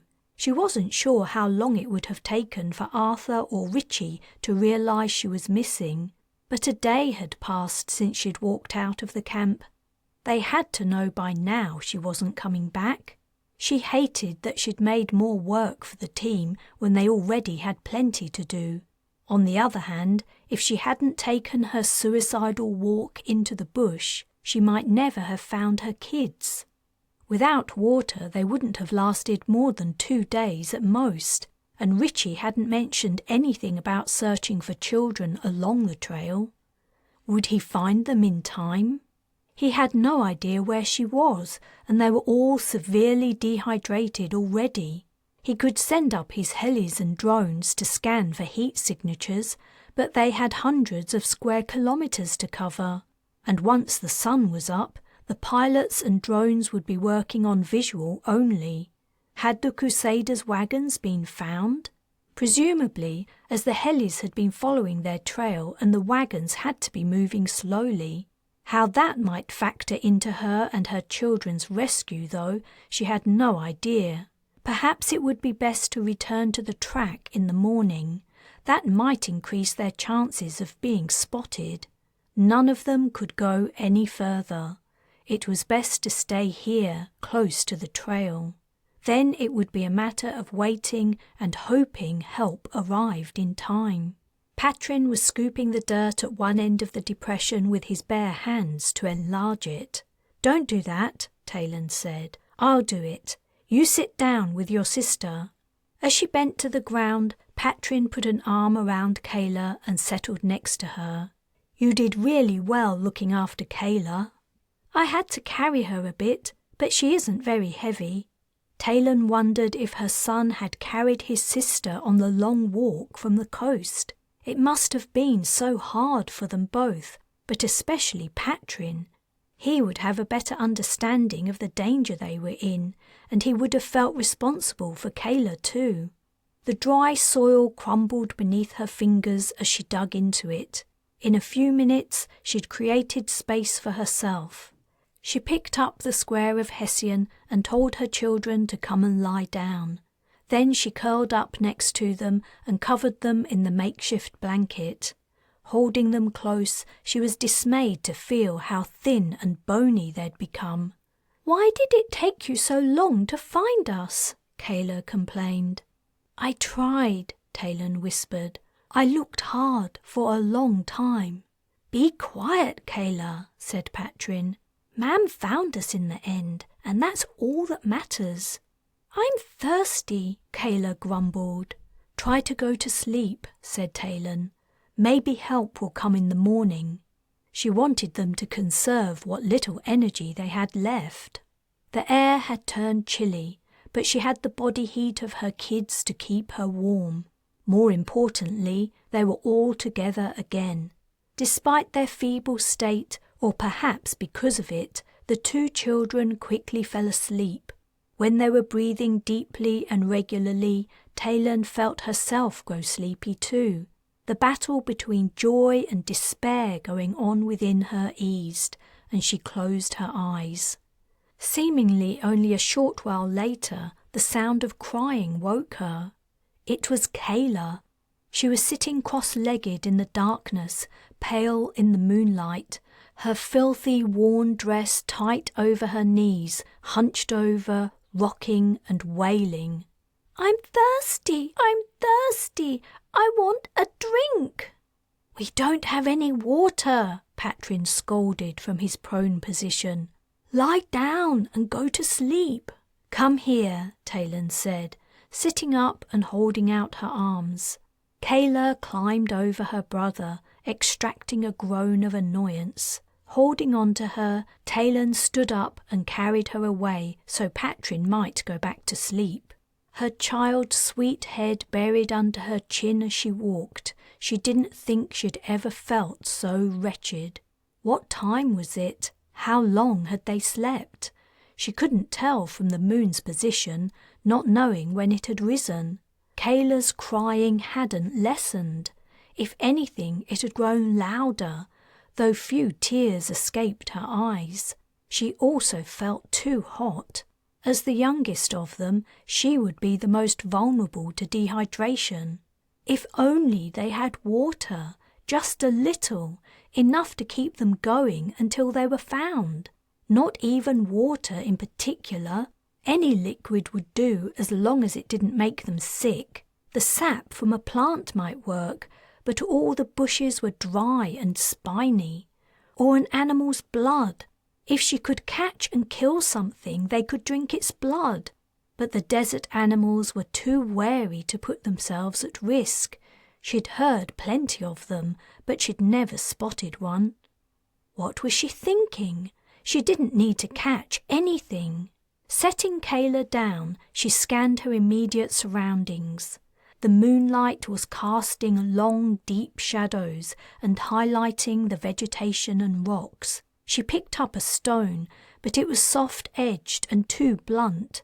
Picking up another, she ran her fingers over it. This one was better, but still not sufficiently sharp.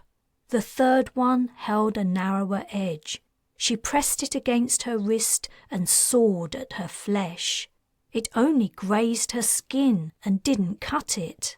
Kayla had stopped crying. "What are you doing?" "I'm trying to find a sharp stone. Can you help me?" Her daughter didn't move. "Why do you want a sharp stone?" Taylan squatted down and put one stone on the ground before smashing another into it. When nothing resulted, she tried again. On her fourth try, a small flake broke off the lower stone. She picked it up and pushed it into her wrist. It sliced into her skin, and she sucked air between her teeth at the painful, stinging sensation. "What are you doing, Mammy?" Kayla repeated, quieter. Drops of blood welled up and began to flow. Taylan dug deeper, her jaw clenching. "Here," she gasped, holding out her wrist. "Drink this." But Kayla backed away, horror in her eyes. "It's okay," Taylan tried to reassure her. "It'll help you feel better." "No, Mammy, no!" She began to wail again. Then, over the sound of her child's cries, Taylan heard another noise. An engine. An engine! Was it a heli? She rose to her feet and searched the skies, but she couldn't see a black form blocking out the starlight. How to attract the searchers' attention? If only she could make a fire. Blood dripped from her cut wrist onto the parched soil. The engine noise was growing louder. She swiveled, trying to figure out its direction. They were so close to being saved if she could just attract the searchers' attention. Grabbing Kayla into her arms, she ran to Patrin. He had heard the noise too and was sitting up, surprise and hope written over his features. Then the engine cut out. "No," Taylan muttered. "No, no, no." Where had the sound come from? Why had the engine stopped? Anticipation they would be saved had sharpened her foggy mind, and she realized the noise couldn't have been a heli. She hadn't heard the whir of rotor blades. It had to be a land vehicle, and that meant it was probably on the Crusader's trail. "Patrin, come with me." Gripping his hand tightly and balancing her long-legged daughter on one hip, she hurried through the scrub. Something was moving toward them. Not something, someone. "Taylan," a voice called. "Arthur." "I'm here," she yelled back. Her voice cracked, sobs of relief rising in her throat. "We're here." "I know," he replied. "You're still as noisy as a stallion after a mare in heat." Chapter 18. Arthur watched gravely as the medic bound Taylan's wrist. She was in the small hospital tent, sitting on the edge of a cot. "How did you get this injury?" he asked. Taylan looked down. "I don't remember." Patrin and Kayla were sleeping, sedated while they received rehydration fluid. The doctor had said they were remarkably healthy considering their ordeal. They were sunburned and dehydrated, but their vital organs were functioning well. It was only when she had received the good news that Taylan had allowed anyone to treat her. The other children had gone from the tent, flown out of the camp the previous evening. The madness of the last 24 hours was only just easing. The depths of her despair as she'd walked all day in the bush, the height of her joy when she'd found her kids, or rather they had found her, and the plummet into horror when she'd realized they might all die. Had she really cut herself open to try to save Kayla's life? It had seemed reasonable in the circumstances. "Arthur, I don't know how I can ever thank you for—" "Shh! I won't hear your thanks. You prevented me from committing a great sin once. You may have saved my eternal soul from endless torment. Finding you in the wilderness is nothing compared to that." "What?" Just when he was beginning to seem like a normal person, he came out with stuff like this. She guessed he was referring to the time she'd stopped him from killing Carla Orr. "How did you know where I was?" she asked. "I followed your trail. I'm sorry to say it wasn't until darkness fell we realized you might be in danger. Until then, everyone assumed you were searching the immediate area for your children. Richie sent up drones to look for your body's heat, and I looked for fresh footprints leading away from the camp. The light on the motorbike is very bright and allowed me to see them easily. Yours were the only fresh tracks that led far away and didn't turn back. Well, you might not count it as much of a favor, but I'm forever in your debt. It was no trouble. It brings me joy to see you reunited with your children." She looked at Patrin and Kayla again. She actually found it hard to take her eyes off them, as if they might disappear without her constant vigilance. "You're done," said the medic. "You should get some sleep." While Taylan and Arthur had talked, she'd been applying ointment to Taylan's burned face. It was nearly dawn, and the sound of the camp waking up infiltrated the tent. Taylan adjusted her position carefully to avoid snagging the line from her drip as she lay down and the medic left. She told Arthur, "I don't want to go to sleep." "You're worried that when you wake up your children might be gone?" She nodded. "I could ask the doctor for medicine to help you relax." "No, I definitely don't want that. Could you stay and talk to me?" He pulled up a chair. "What's been happening while I was gone?" "The Crusader wagons have been found, but they haven't been approached yet. Today a combined operation will take place to secure the scene with minimal bloodshed. Richie is preparing to receive the children and assess and treat them before they travel onward." When she'd returned to the camp, she'd noticed more tents were being erected, so the place would be filled with kids. That would be nice, but bittersweet, considering the ones who hadn't survived. "From what the twin girls say," Arthur went on, "it seems the children were forced to take different names, but as the Crusaders only took the older children, this shouldn't be a problem when it comes to reuniting them with their families." The kids' parents might have been killed during the invasion or afterward. There might not be anyone left to meet the children when they returned home. "Do we know why they were driving their wagons into the desert?" she asked. "It would make more sense for them to head to the coast if they wanted to escape." "Richie guesses they may have been on their way to meet up with other Crusader groups, perhaps in order to disperse the children within Australian society and avoid discovery. As the EAC is collapsing, no ships will arrive to take the children out of the country. And where would they take them?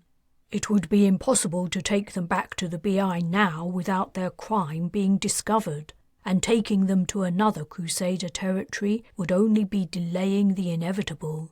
"I suppose we should be grateful they didn't just kill them all," she said bitterly.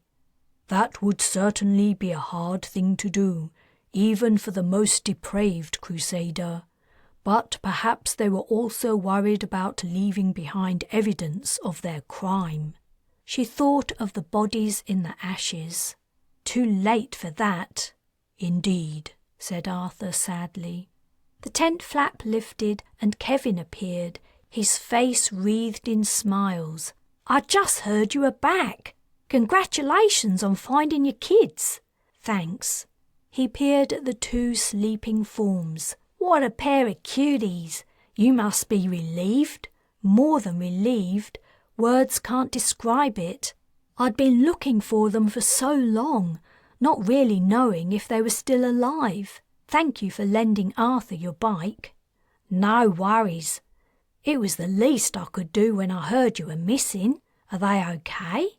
"They'll be fine in a day or two," the doctor said, "though it might take them some time to get over the trauma of what happened to them." "Yeah, of course," said Kevin. "Stands to reason. Still, they're back, right?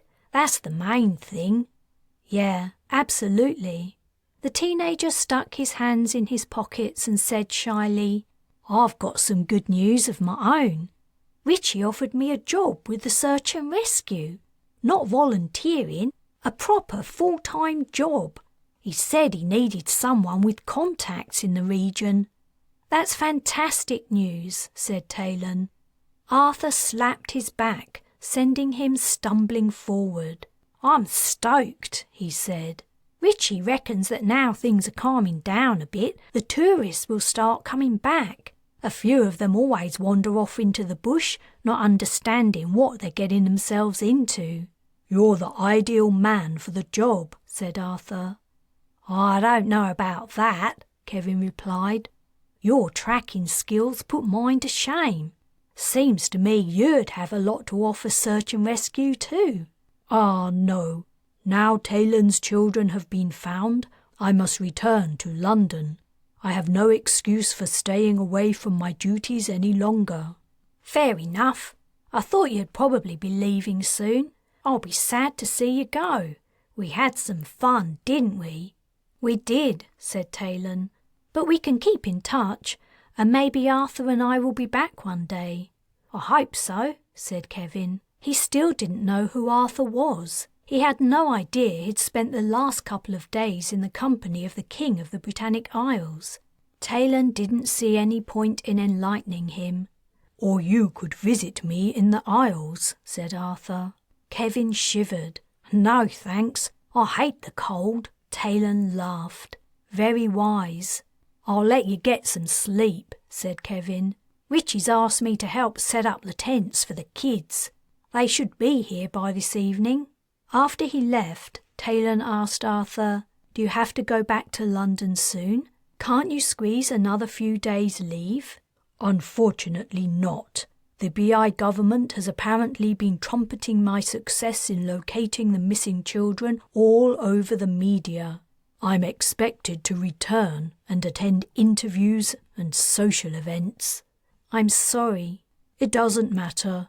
This experience has been a welcome break. I feel better now, and I have a better understanding of why I'm here." "Why you're here?" "There was clearly some purpose to my helping you find your children." Uh-oh. He was going to talk about patterns again. "Arthur, I'm beyond grateful for your help, and I can't express how happy and relieved I am to have Kayla and Patrin back again. But don't you think it could just be a coincidence?" "No, I don't. Though I don't see the end of the path we're on." She was too tired to argue, and she didn't care whether he was right. She didn't care about anything now her children were with her. She would never let them out of her sight again. "I see the end of my path," she said. "A small house in a small town, a job that pays enough to survive, and a quiet, peaceful life bringing up my kids." He shook his head. "Huh?" "I didn't want to tell you until after you'd recovered," he said. "But the Britannic Alliance is holding a meeting aboard the Dauntless, and your attendance is compulsory." Chapter 19. The surviving trafficked children were arriving. Taylan wanted to go out and help the rescuers, but she couldn't bring herself to leave Patrin and Kayla. Instead, she stood at the entrance to the hospital tent and held it open when a child needing treatment was brought in. Fortunately, most of the kids seemed in reasonable shape. Only 2 had arrived so far, and they had walked in unassisted. She glanced behind her at Patrin and Kayla. She found it hard to take her eyes off them, and whenever she looked at them, joy leapt in her heart. Even Arthur's news about the meeting she was supposed to attend couldn't dampen her spirits. What was that about, and why did she have to go? Could the Alliance really make her? She wasn't sure they could. She wasn't a Marine or a prisoner any longer. On the other hand, it seemed churlish to refuse. If it weren't for the Alliance's help in kitting her and Arthur out for the search, Patrin and Kayla might have died before she found them. She shrugged and put the question aside. Now she had her kids back, nothing mattered any more. 2 rescuers were approaching the tent, flanking a young teenage girl. As they drew nearer, Taylan's breath caught in her throat. The girl had been badly beaten.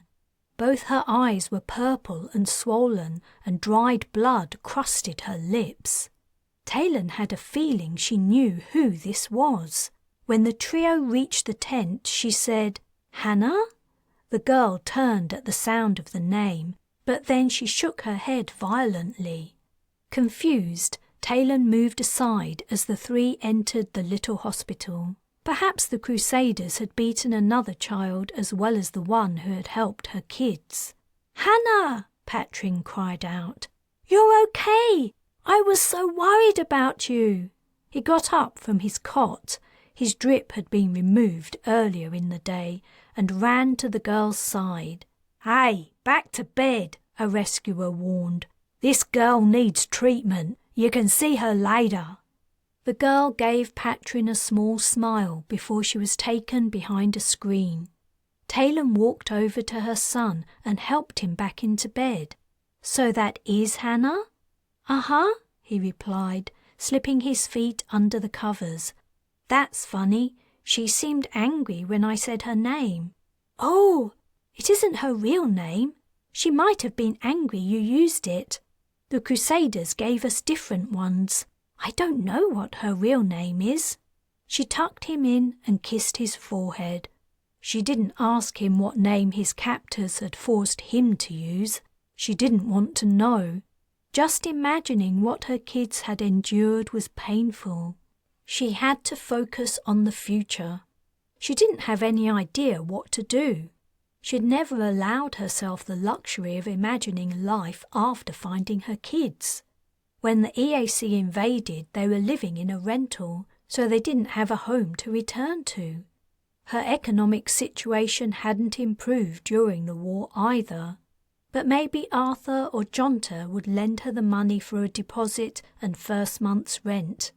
Or perhaps she could squat somewhere until she got a job. There was plenty of abandoned housing in West BI. She would just have to figure something out. She smiled wryly as she recalled Arthur's belief that Lancelot was her ancestor. Who would have thought a descendant of a Knight of the Round Table would fall so low? Hannah's real name was Caris, and she was from West BI. Taylan thanked her so many times for keeping her children alive during their long march through the desert. She seemed to be getting embarrassed. She flushed as she peered through the slits of her puffy eyes. I didn't do anything special, she insisted. Anyone would have done the same. I only wish I could have helped more of them. Survivor's guilt. Taylan knew how that felt. Every firefight she'd taken part in where Marines died, she'd asked herself why them and not her. You did everything you could. Don't ever think you could have done more. None of what happened was your fault. Do your parents know you're okay? Has anyone been in contact with them? Caris's head fell, and she replied quietly, I don't know. No one said anything. I'll find out for you. She calmed Richie. He seemed flustered when he answered. The BI authorities are working on contacting all the families. As soon as I hear anything, I'll let Caris know. He cut the comm. Caris's head sank further and she began to weep. Taylan put her arms around her. She couldn't imagine the ordeal the girl had endured, and now she faced the possibility of never being reunited with her family. Many BI citizens had died during and after the invasion. The tent flap lifted and Arthur appeared. Could I speak to you, please, Taylan? His tone implied he wanted to speak in private. She joined him at the entrance. There's been a change of plan, he said quietly. You and I are to return to Sydney the day after tomorrow, and from there we'll fly to the Dauntless. No way, she whispered back. Patrin and Kayla aren't well enough to go on a trip like that so soon. The doctor has stated they'll be fine by then. She looked at her kids. Aside from their sunburn, they did seem remarkably unaffected by their experience. But that was only their physical state. Who knew what mental effects they would suffer and for how long? I don't like the idea of moving them, especially not a freaking starship. If they're going to go anywhere, it should be back home, to West BI. Why does the Alliance even want me at this meeting? It doesn't make any sense. It's complicated to explain. I advise you to come so you can hear it in person. And, he added, you'll be able to see Major Wright again. Wright? Her stomach clenched. Why should I care about seeing him? Arthur gave her a knowing look. You spoke about TJ many times as we were driving through the desert. When you weren't talking about your children, you were talking about him. Was I? I don't remember that. Now it was her turn to blush. Arthur said softly, touching her arm, Love is not shameful. To her utter embarrassment, Taylan felt herself turn redder. In my time, Arthur continued. People of my class couldn't marry for love. Only peasants had that luxury, and even then not always. People like me had to marry for reasons of state, money, power, or influence. Nevertheless, I loved my queen with my whole heart. I never regretted making her my wife, despite everything that happened between us. Taylan winced, again feeling somehow responsible for her supposed ancestor's adulterous affair with Guinevere. You should take your chances where you find them, said Arthur. You deserve to be loved. Though your language is often foul, you have a pure heart. The conversation was getting entirely too uncomfortable. All right, she said. I'll go with you to the Dauntless, but after that it's straight back home. Are we going home soon? Kayla asked. Her cot was nearer than Patrin's, and she'd obviously been earwigging. Not just yet, Taylan replied, raising her voice. We have to go to a starship first. How does that sound? Kayla turned her widened eyes to her brother, who looked equally surprised. A starship? Patrin asked. I'd love to go to a starship. Chapter 20. They had put Taylan and her kids in a 2-bedroom suite. Why there was a 2-bedroom suite on a military ship she had no idea. Maybe the rooms were for visiting dignitaries. The Alliance certainly seemed to be treating her like a dignitary. Someone had sent a form asking her to list requirements for her stay. She had taken full advantage, requesting clothes, snacks and toys for Patrin and Kayla. They had nothing to wear except the rags they were in when she found them. It was bizarre. Why was the BA treating her so well? And why was it building the Dauntless, a state-of-the-art FTL battleship? The war with the EAC was over, and Uatauman had begun asteroid mining, abandoning most of his Earth-based operations. The Dauntless was still under construction. Their escorted walk to their suite from the shuttle had been accompanied by the sounds of power tools. Even now she could feel the vibrations under her feet. Why was the BA holding a meeting aboard an incomplete ship? The door chimes sounded. When Taylan opened it, a guard stood outside. I am to escort you to the meeting, ma'am. Is it time already? She told Patrin and Kayla to choose something to bring with them. Kayla grabbed an interface. She'd been watching children's shows, but Patrin picked up some paper and pencils.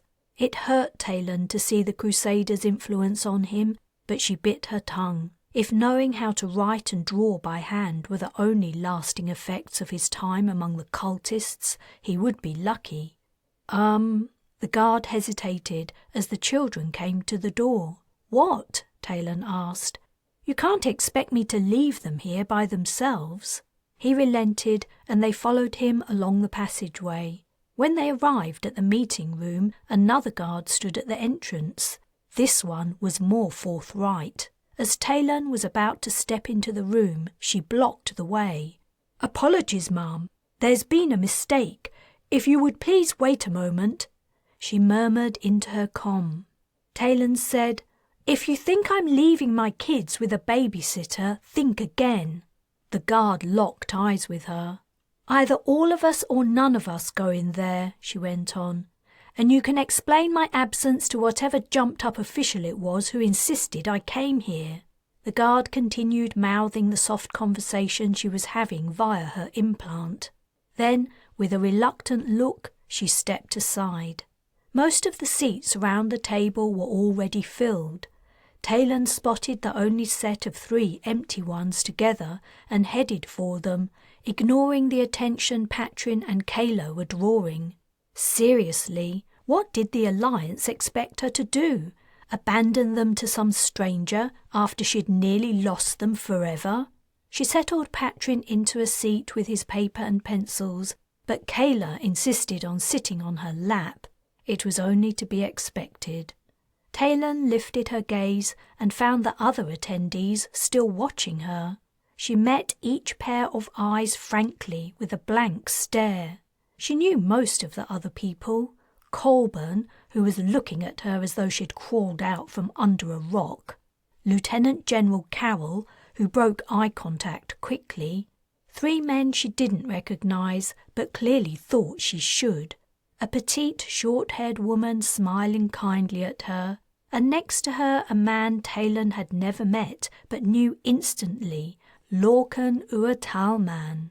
He looked older than she remembered him from his pictures in the media.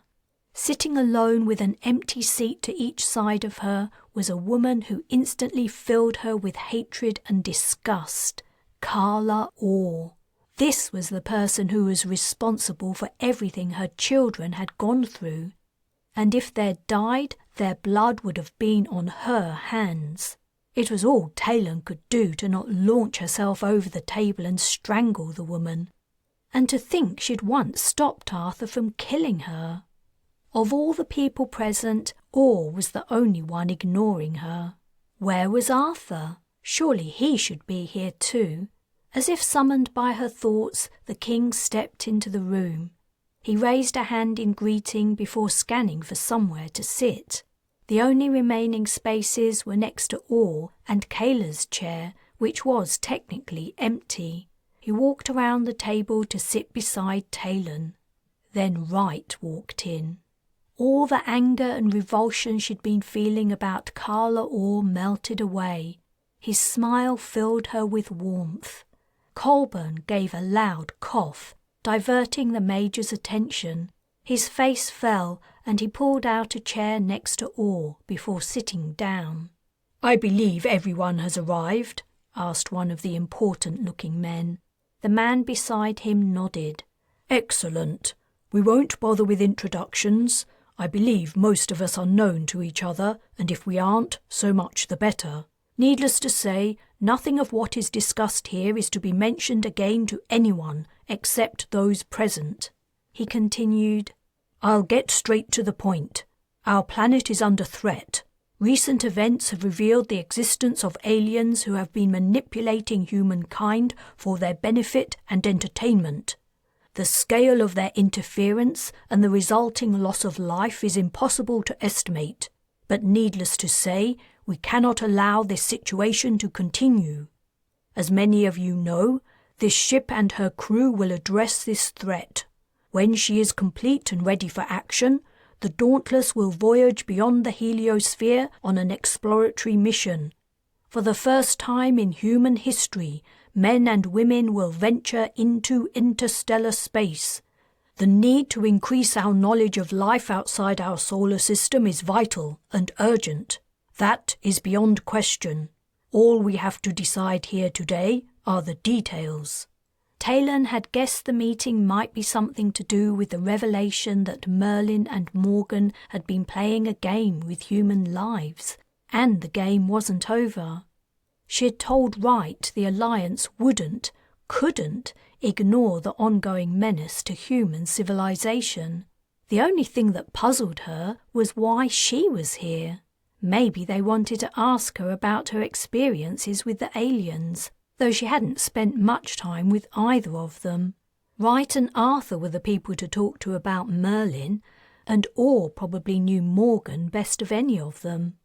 "I would like to take this opportunity to thank Uatalman," said the official, "without whose support the fitting of the Dauntless with her FTL engine would have been impossible." Talman waved a hand dismissively. "No need for any thanks. My motives aren't entirely selfless. The advancement of humanity has always been my aim, and hopefully the facts gleaned on this mission will help to ensure the safety of my colony ships when they depart. Nevertheless, I acknowledge your generosity. Now, let's get on to the mission participants. Naturally, the ship will be crewed by our finest Marines, but a question hangs over who else should go along." Taylan's ears pricked up. "Consultation with King Arthur has informed our decision-making in this area. Though I don't fully understand why, It seems that individuals who played a role in the events involving Merlin and Morgan are significant. He feels these people should be included in the mission, that they may still have a part to play. He meant Arthur's theory about patterns. If you mean me, or Spat, my participation is out of the question. I am not leaving Earth. I have a realm to rule, though you've all done your best to rip it from me. Let's not mince words, said the official. You are ruling in name only, and only by the consent of the Alliance, which, he added menacingly, could be revoked at any time. I'd like to see you try it, Orr retorted. My people would rise up and revolt. Then what would happen to your precious Alliance? And I'd like to remind you, Lorcan countered, that I have evidence your son is responsible for the deaths of 16 men and women, killed by the bomb blast he engineered on the Brez. 16 highly skilled, intelligent individuals much loved and missed by their families. It was only by the merest chance the life of my colleague, whose knowledge will be invaluable on this trip, was saved. Well, Lorcan, the petite woman demurred. I haven't decided if I'm going yet. His words had silenced Orr, however, who merely scowled at him. So this is why I'm here? Taylan asked Arthur quietly. Yes, I couldn't talk to you about it earlier. Right. She raised her voice to address the room. I can save you all some time. I'm not coming on the mission. I'll leave now so I don't hear any more details. She told Patrin to gather up his paper and pencils. You don't get a choice, said Colburn, who sat opposite. I'm sorry? Perhaps you didn't hear me? Your cooperation isn't optional. You've been closely involved since the beginning, and you have no good reason to refuse, so, in case you hadn't noticed, I have 2 very good reasons. She placed a hand on her children's heads. If you think I'm going to abandon, I'm sure you can find someone reliable to care for them while you're gone. Taylan was speechless. She'd always known Colburn was a cold-hearted bitch, but this was beyond the pale. My friend's objections are valid, said Arthur. We should try to find a compromise. Taylan, what if Patrin and Kayla come with us? Sir, Colburn interrupted, I'm afraid you misunderstand. It is quite normal now for parents to have others care for their children for extended periods while they work. Things are different from how they were in your time. Arthur looked at Taylan, Patrin and Kayla. I don't believe they are. She got up. I've heard enough. Arthur, don't take this personally. I'm grateful for your help in finding my kids, and maybe there is something in your theory about patterns, but this isn't for me. Sit down, Colburn exclaimed. No one gave you permission to leave. What was the Brigadier on? I don't need anyone's permission.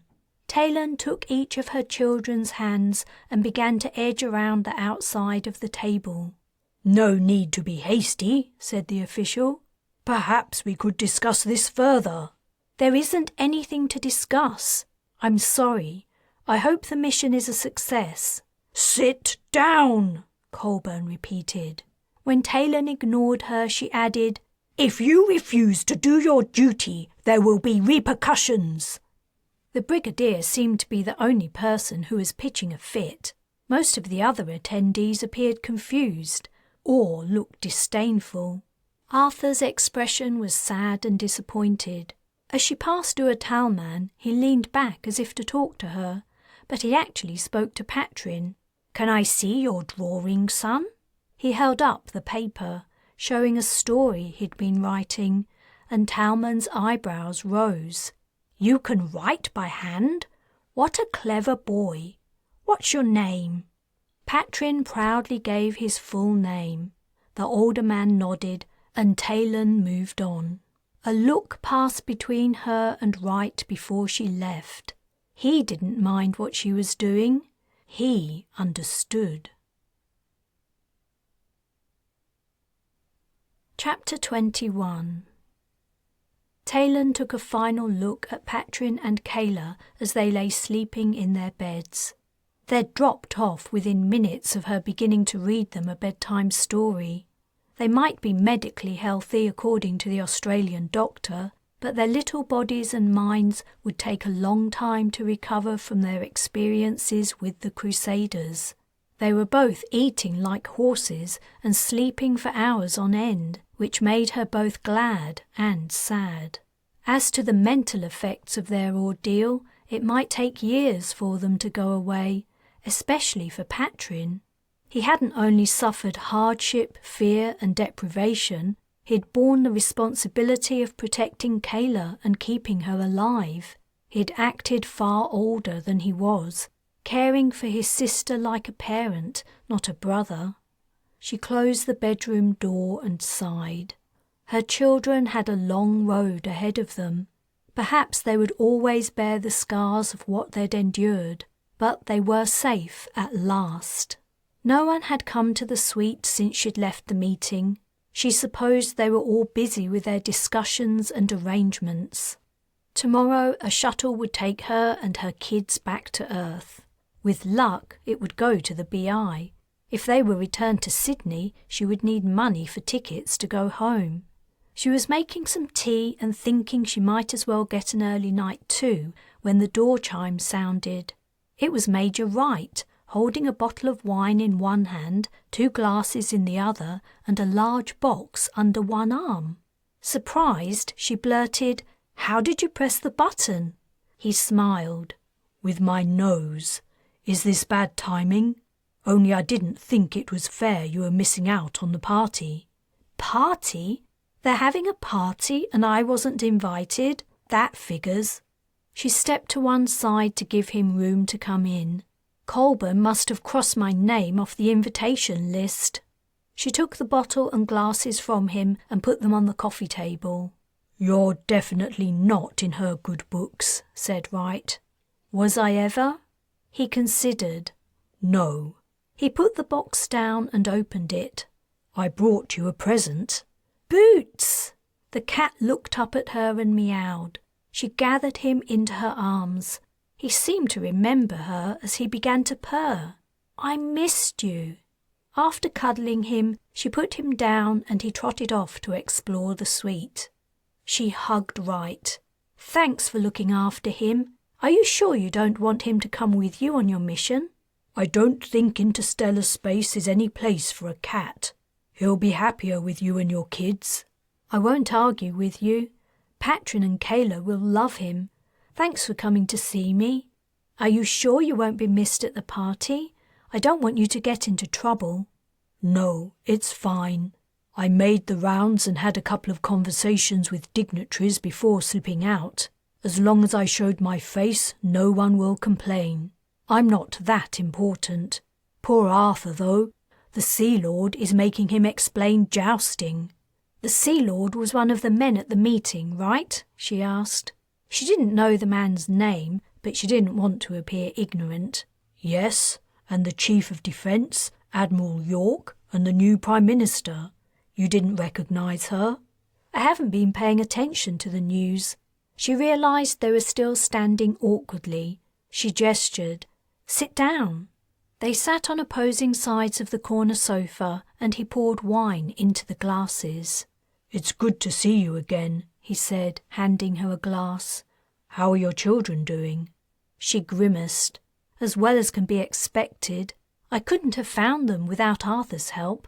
And he didn't only help me find them, he saved our lives." "Really? What happened?" Regretting mentioning the subject, she replied, "I don't want to talk about it right now. What's been happening with you?" "Marine stuff. You know the kind of thing.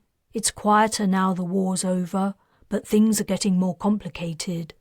There's a lot of diplomacy going on, and not much action. I was pulled from my duties on the Resolute and stuck back into the political shenanigans with Arthur and Carla Orr. It's not my cup of tea. I miss the Resolute. Hey, have you seen Abacha? No? Is he here? He is.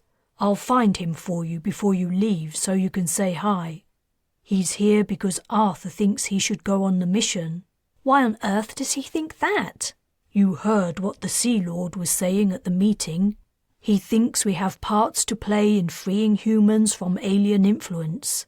Abacha's here because he's associated with you. So just because he's my friend? Taylan, you don't understand. According to Arthur, you're integral to this whole thing. Do you know he thinks you're descended from Lancelot? She laughed. Yes, he told me. Crazy, right? He didn't answer. Don't tell me you believe him. I'm not as skeptical as I was. Merlin told me himself about the patterns he followed to play his game, though he admitted he didn't fully understand or see all of them. At the time, I thought he was bullshitting, but there was that moment when all of us came together. Arthur, Orr, Morgan, Merlin, me, you, Colburn, the people who had been involved from the beginning when I carried Arthur from the cave. Merlin announced an outcome was imminent, then Arthur cut off his head. That was one hell of an outcome. When you look back at how things played out, defeating Orr and winning back the Isles, you have to admit, I'm not going on the mission, Taylan said abruptly, suddenly fearful of the reason he'd come here. He held up a hand. I never thought you would. You won't hear any argument from me. I have other responsibilities now. I know. No reasonable person would expect you to agree to it. She sipped wine. No one except Colburn, who might not count as reasonable. I'm sorry she had a go at you. She's very single-minded. Taylan could think of more colourful terms to describe the Brigadier, but she knew Wright had a soft spot for her, so she held her tongue. Her interface bleeped, announcing she'd received a message. Excuse me a sec. She picked it up from the tabletop, wondering what it could be. The net had only been re-established on the BI for a short while, and all the old data had been lost. She'd opened an account, but no one knew about it yet. Oh, she softly exclaimed as she read the mail. What is it? That's odd. She read the message again and then clicked on the link. She read the information twice. Holy shit! This has to be a mistake. What? Bemused, she placed her interface back on the table. A small fortune has been deposited in my bank account. It must be a glitch, with all the systems starting up again and everything. I'll sort it out when I get back home. I don't think it's a mistake. Congratulations. It's real? I think it may be. How do you know? Was it Arthur? The Alliance gave him a shit ton of money. He probably doesn't know what to do with it. Actually, I think it was Talman. He was singing your son's praises at the party, saying how no one teaches kids how to handwrite anything anymore. It's a dying art, and so on. I reckon he must have guessed you're not exactly rolling in money right now, and wanted to help you out. Ha!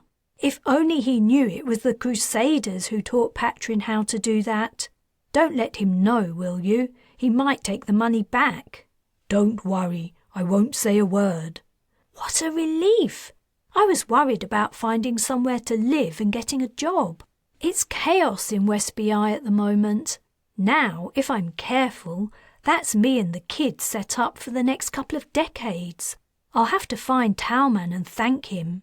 You might get a chance tomorrow before he leaves. He isn't coming on the mission, though his colleague, Iolani Hale, is. She told me she's made up her mind to come along. Is that the woman who was with him at the meeting? She seemed nice. She's lovely. You would like her. Arthur thinks she's significant in the pattern too, due to the way she survived the bomb blast on the Brez. What happened? She was blown into an open elevator, and the door shut just before the section lost power. All the ship's elevators automatically pressure seal in emergencies. When Arthur found out about Talman's involvement in the war and Hale's history, he asked to meet her. She's an expert on living organisms. He reckons she might help us understand the aliens." Taylan frowned. "Arthur is such a big fat liar. He told me no one was telling him anything about what was going on, but in fact he's been scheming behind the scenes all along." "It's more complicated than that. The Alliance began work on the Dauntless months ago. It was only after the incident with Merlin the decision was taken to replace her engine with an FTL drive and explore interstellar space. Arthur tried to offer his advice, but all the higher-ups ignored him. Then he pulled his stunt and disappeared off to Australia with you. That made them pay attention. They want and need their ancient king of the Britannic Isles. There's definitely more to Arthur than meets the eye, especially now he isn't under Merlin's influence anymore." Wright drank his wine and relaxed in his seat as they shared a comfortable silence, until Taylan noticed something new about the Major. "Your uniform is different. Have you been promoted?" "No, this is my dress uniform for public occasions. You had one too, remember?" She shook her head. He rolled his eyes and she chuckled. After a pause she said, "You know, I don't think I've ever seen you out of uniform." He spread his arms across the back of his seat and replied gallantly, "That can always be arranged." "Okay." He laughed, but when her expression remained serious, he stopped. His eyebrows popped up. "Taylan, I didn't come here expecting—" "I know." "I only thought it would be good to chat and catch—" "I know." The atmosphere turned tense. She gathered a breath. "The way this would usually work is we would go out to dinner a few times and get to know each other. Maybe you would buy me flowers. But tomorrow I'm returning to the surface, and you'll stay here to prepare for the mission. Then you'll be gone for who knows how long." She swallowed. "I might never see you again." He put down his glass. He held her gaze for some moments before moving around to her side of the sofa and putting his arm around her. She rested her head on his shoulder and closed her eyes. The trials of the last few days faded from her mind. All the weeks and months of despair and self-hatred were forgotten, and it was just her and Wright and her children finally safe. "You seem different too," he murmured. "Do I?" "Yes. It's like you're complete now." It wasn't true, but she didn't argue. He kissed her. At some point during the night she whispered, "Don't go on the mission. Resign. Stay with me." He whispered back, "I can't." When she woke in the morning, he was gone. She didn't blame him. It was better this way. Her interface had moved from the lounge to her bedside table overnight. She reached out for it. He'd left her a message. "Don't wait for me." She sat up and pulled on her robe. Pushing back the covers, she swung her legs over the side of the bed, but she couldn't seem to go any farther. A while later, Patrin opened the door, tousle-haired and sleepy-eyed. When he saw her, he hesitated. "Ma'am, what's wrong? Are you sad you found us?" "God, no! Why would you think that?" "Why are you crying?" She wiped her eyes. "No reason. Come here. Let me give you a hug." The end. This has been The Dauntless, Star Legend Book 5, written and narrated by J.J. Green. The next and final book in the Star Legend series is The Defiant. For more J.J. Green books, visit jjgreenauthor.com.